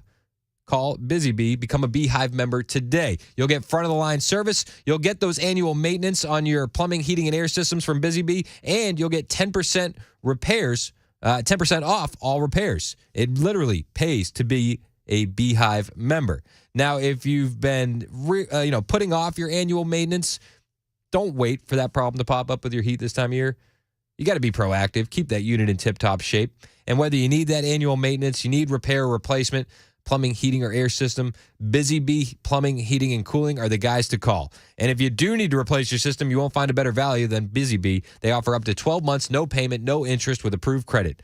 Plus, they offer convenient Saturday availability because they know you're a conservative. You're working during the week. So they'll be there on Saturday for those maintenance calls, so you'll never be left out in the cold. Busy Bee, your Rude Pro partner for satisfaction guaranteed. Call Busy Bee Plumbing, Heating, and Cooling. 615-775-7833. That's 615-775-7833 or online, busybeehvac.com. And tonight I'm also making another promise to protect Americans from government tyranny. As your president, I will never allow the creation of a central bank digital currency. You know about that? That was President Trump in Portsmouth, New Hampshire yesterday. And I have to say, I think that him hanging out with Vivek Ramaswamy is paying off. Haven't heard him talk about CBDCs before. Central banking digital currency. The digital currency in general, scary prospect. We know that the Biden administration has been flagging financial transactions that contain terms like MAGA or Trump after January 6th, looking through customers' transactions for terms like Trump or MAGA. I mean, is Trump or MAGA today? Is it pro-life tomorrow? Is it donations to your church? We know there's been a war against Christians. It's a slippery slope, my friends. And those CBDCs make it far easier for the government to shut your currency off. Oh, your carbon footprint a little bit too high this month? Eat too many steaks? Well, no currency for you. Or even worse, what if they put a geolocation on your currency? So you can't buy things outside of a certain radius. I mean, we saw during the pandemic in Australia, another Western country, mind you, you weren't allowed to travel, X amount of miles outside of a radius of your home. Well, with a central banking digital currency, they can literally limit where you spend your money based on geolocation. With a central banking digital currency, they could literally decide what you spend your money on. Scary stuff. It's a fight that we cannot let up on. And I'm happy that Trump is actually, throwing his hat in the ring on this one.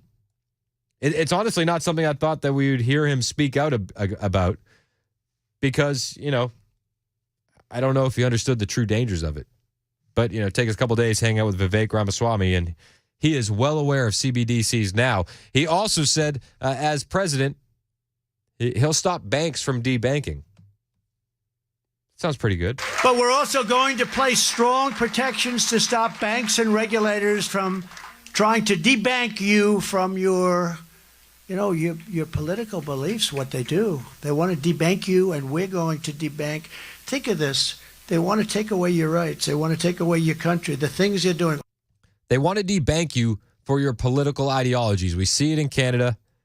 And now with this latest news out of the Biden administration flagging financial transactions containing terms like MAGA or Trump, we are slowly heading that way. We're slowly heading that way.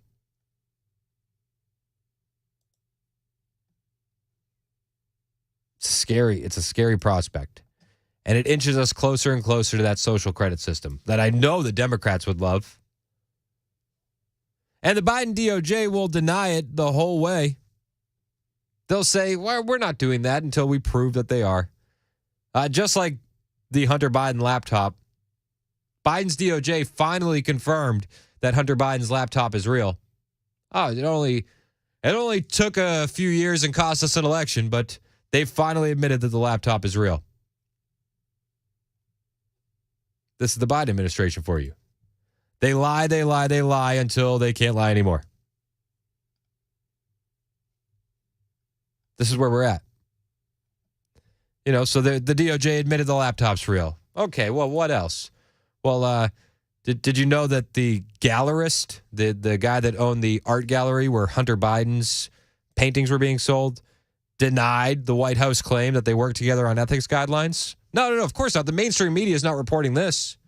The mainstream media is not going to have a breaking news alert saying the laptop's real and the Hunter Biden painting gallery owner denies the White House claim that they worked together on ethics guidelines. They're not going to cover this. They cover the lies. They cover the misinformation.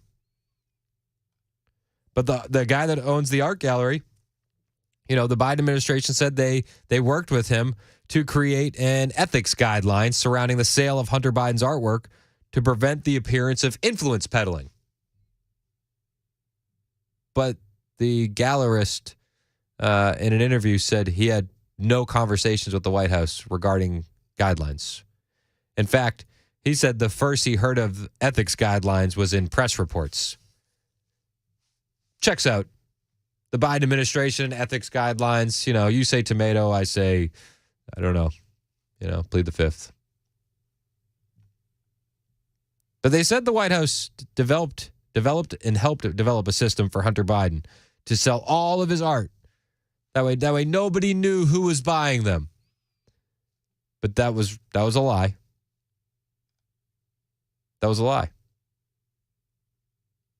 In fact, we knew that some of the people buying his paintings were appointed to prestigious positions by Joe Biden. And we're learning all this in documents of the gallerist's interview with the House Oversight Committee. It's being revealed that Biden made his first art sale only after Joe Biden was elected president in December of 2020. It was revealed that the art gallerist Burgess took on Hunter's work and was obligated through their agreement that the names of all buyers would be disclosed to Hunter. This is not standard practice at galleries. They actually prefer to maintain their own relationships with collectors to prevent them from being cut out of deals. So this is like an extra step. This isn't normal that the painter knows who buys it. This is something extra. Weird, right? Furthermore, the documents show that the relationship between Biden and Burgess changed after September 2021 when the buyers' names were specifically not to be disclosed. They weren't supposed to be disclosed, and yet they were disclosed. Hunter was familiar with 3 of the people who purchased his artwork, including Elizabeth Naftali, who purchased 2 Hunter Biden originals and was named to the U.S. Commission for the Preservation of America's Heritage Abroad in July of 2022. I don't know how you preserve America's heritage abroad. Maybe that's the people that put the pride flags on embassies, something like that. I'm not sure. I just don't know how you do that. I do know that pride flags on embassies is a thing, though. Maybe that's what Elizabeth Naftali was doing. But the guy that owned the art galleries asked by the House Oversight Committee about the changed Hunter request in September of 21 that would prevent him from contractually knowing the names of his buyers. And the art gallerist told the House Oversight that Hunter requested the changes. What? Hunter requested the changes? You're kidding. I thought this was all on the up and up. I didn't think there was anything weird about this. Not an art guy. I told my wife if I was going to buy a painting, it would have to be a Hunter Biden original. Couldn't miss out on that opportunity. Who would want to miss out on that? Plus, it'd be a conversation piece. Have you seen my Hunter Biden art that I purchased? Where would it be in the home? Right when you enter? Would it be over the toilet to signify, I feel like that's an above the fireplace thing. Oh. Matt Murphy's in here, by the way. What's up, Matt? I came in early. A little early, yeah. I came in early. Can't get enough of hand. I want a hand in my life. If you were buying a Hunter Biden original, where would you hang it? You know, I would say over the toilet would be my first inclination, but I already have a piece of art over the toilet that I very much appreciate. So it's my Velvet Elvis, because the king deserves his throne. So, so I don't know. Garage, I don't know. I feel like over the fireplace. I do think if you're going to purchase a Hunter Biden, you want it to be in a prominent location so that everyone can stand around or sit around and talk about their various interpretations of the subtle meaning of the Hunter Biden art. Because, I mean, obviously this guy is he's so well trained in the artistic expression. He knows. I mean, he sees things in a different light and That's right. perspective That's than exactly we can. right. So, it's an honor to get that sort of depth. Well, and you only get that perspective when you've been up for 4 days on crack. Have you guys seen? You know what I mean? Have you guys seen? When I think of Hunter Biden art, I think of a scene. There's a movie with Steve Martin way back in the day called L.A. Story. It's a pretty good movie if you've never seen it. And there's this scene where Steve Martin and 3 other people, and you see their faces, right? And they're at an art gallery. And he goes, "Oh, well, look at this piece." And he goes on for like 5 minutes talking about, and look at her in the corner as if she doesn't know what's going on. And his look, it's a blah, blah, blah. And he's going on and on and on and on and on. And everybody's standing there. And then you see the piece of art, and it's just red. It's like nothing. That's totally it, too. And it's total art critic. I mean, it's total art. And that's Hunter Biden. It's like everybody, oh, this is really good stuff. Really? No. This is money laundering is what this is. 100%. It's more in-your-face money laundering than what's actually happening in Ukraine. No question. No, I mean, no. They have to figure out a way to pay Hunter off. So this is the way they're doing it. And that's how people are buying these positions. Yeah, so, but it's that's the Bidens, man. Those are liberals. That's all good. That's what they do. Yeah. They influence peddle and they launder money. I didn't mean to horn in, by the way. I apologize. I didn't think you were horning in. I just bust on in here. I invited you in. You bust in anytime you want, and I bust in anytime I want, and that's the way we do it. I literally said, Matt Murphy's here, by the way, and then Mac turned on your microphone. You didn't say I'm here, by the way, and turn on your own microphone. Yeah, I mean, it's your show. Do you know what I'm saying? I do. It is my show. I got it. Damn right it's my show. I have questions for you. I have answers for you. Ooh. Thoughts on the Statue of Liberty? Don't tell me now. I want you to ponder this. I don't think she's wearing any underpants. I my said hot don't take. tell me now. Okay, sorry. It's 11:48 on Super Talk 99.7 WTN.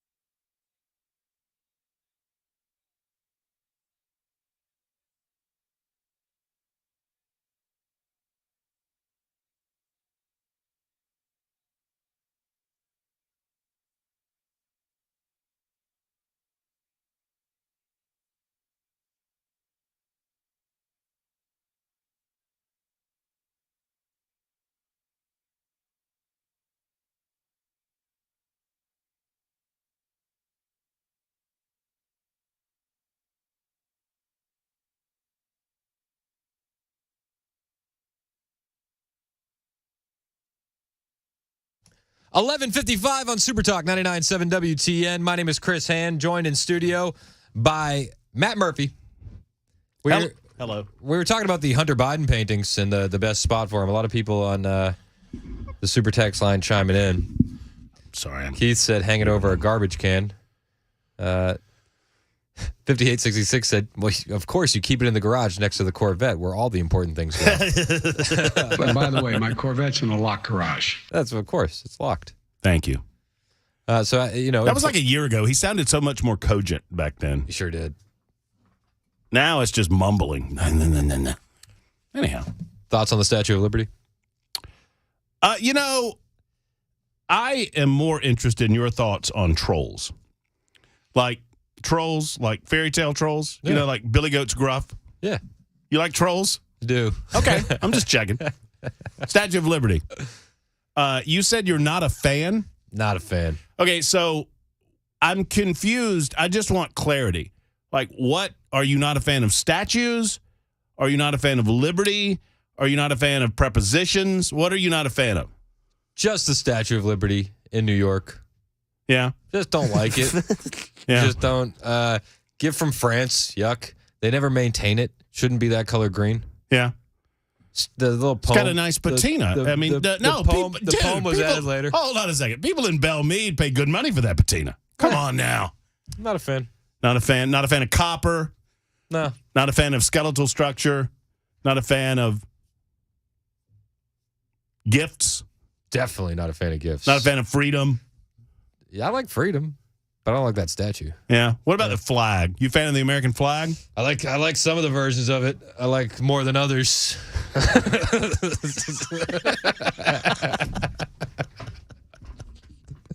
What was Dan's face when you told him you weren't a fan of the Statue of Liberty? It made everything worth it.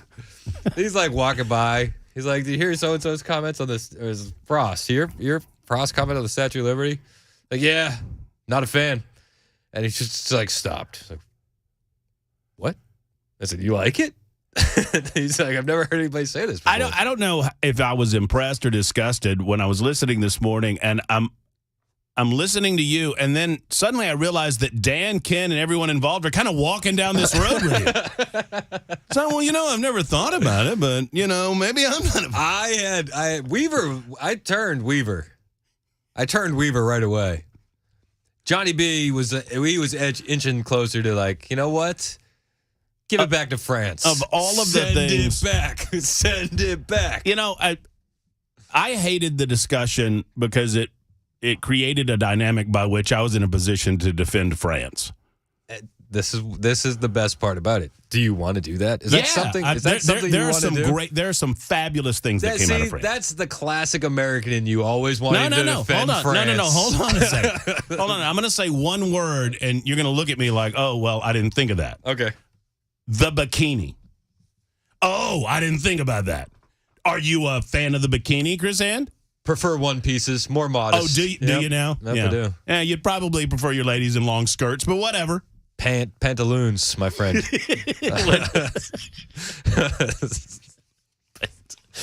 I mean, there's some good things. I wrote some things down that the French have given up. Polo shirts. The polo shirt came from France. Not wearing them anymore. Ralph Lauren. Not wearing them anymore. Polo Not wearing them anymore.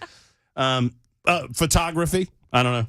I'm just throwing it out there. Photography. Overrated. Completely overrated. I've heard the way you talk about Super Talk TV off the air. True. This is a byproduct of the French. And most people that listen to my show will love this one. Aspirin. Oh. From France. All right. Aspirin. And many people need to take them. You take too many, it'll be your last headache. Hey, Bill Haggerty coming up on the show today. John Rose coming up on the show today. And River the Blind Dog at 2 o'clock, which I'm very excited about. All right. Yeah, you will be too if you've never heard about River. All right. Yeah. Hang out with Matt Murphy. He's on till 3. Brian Wilson on after you. Breaking news all day long right here on Super Talk 99.7 WTN.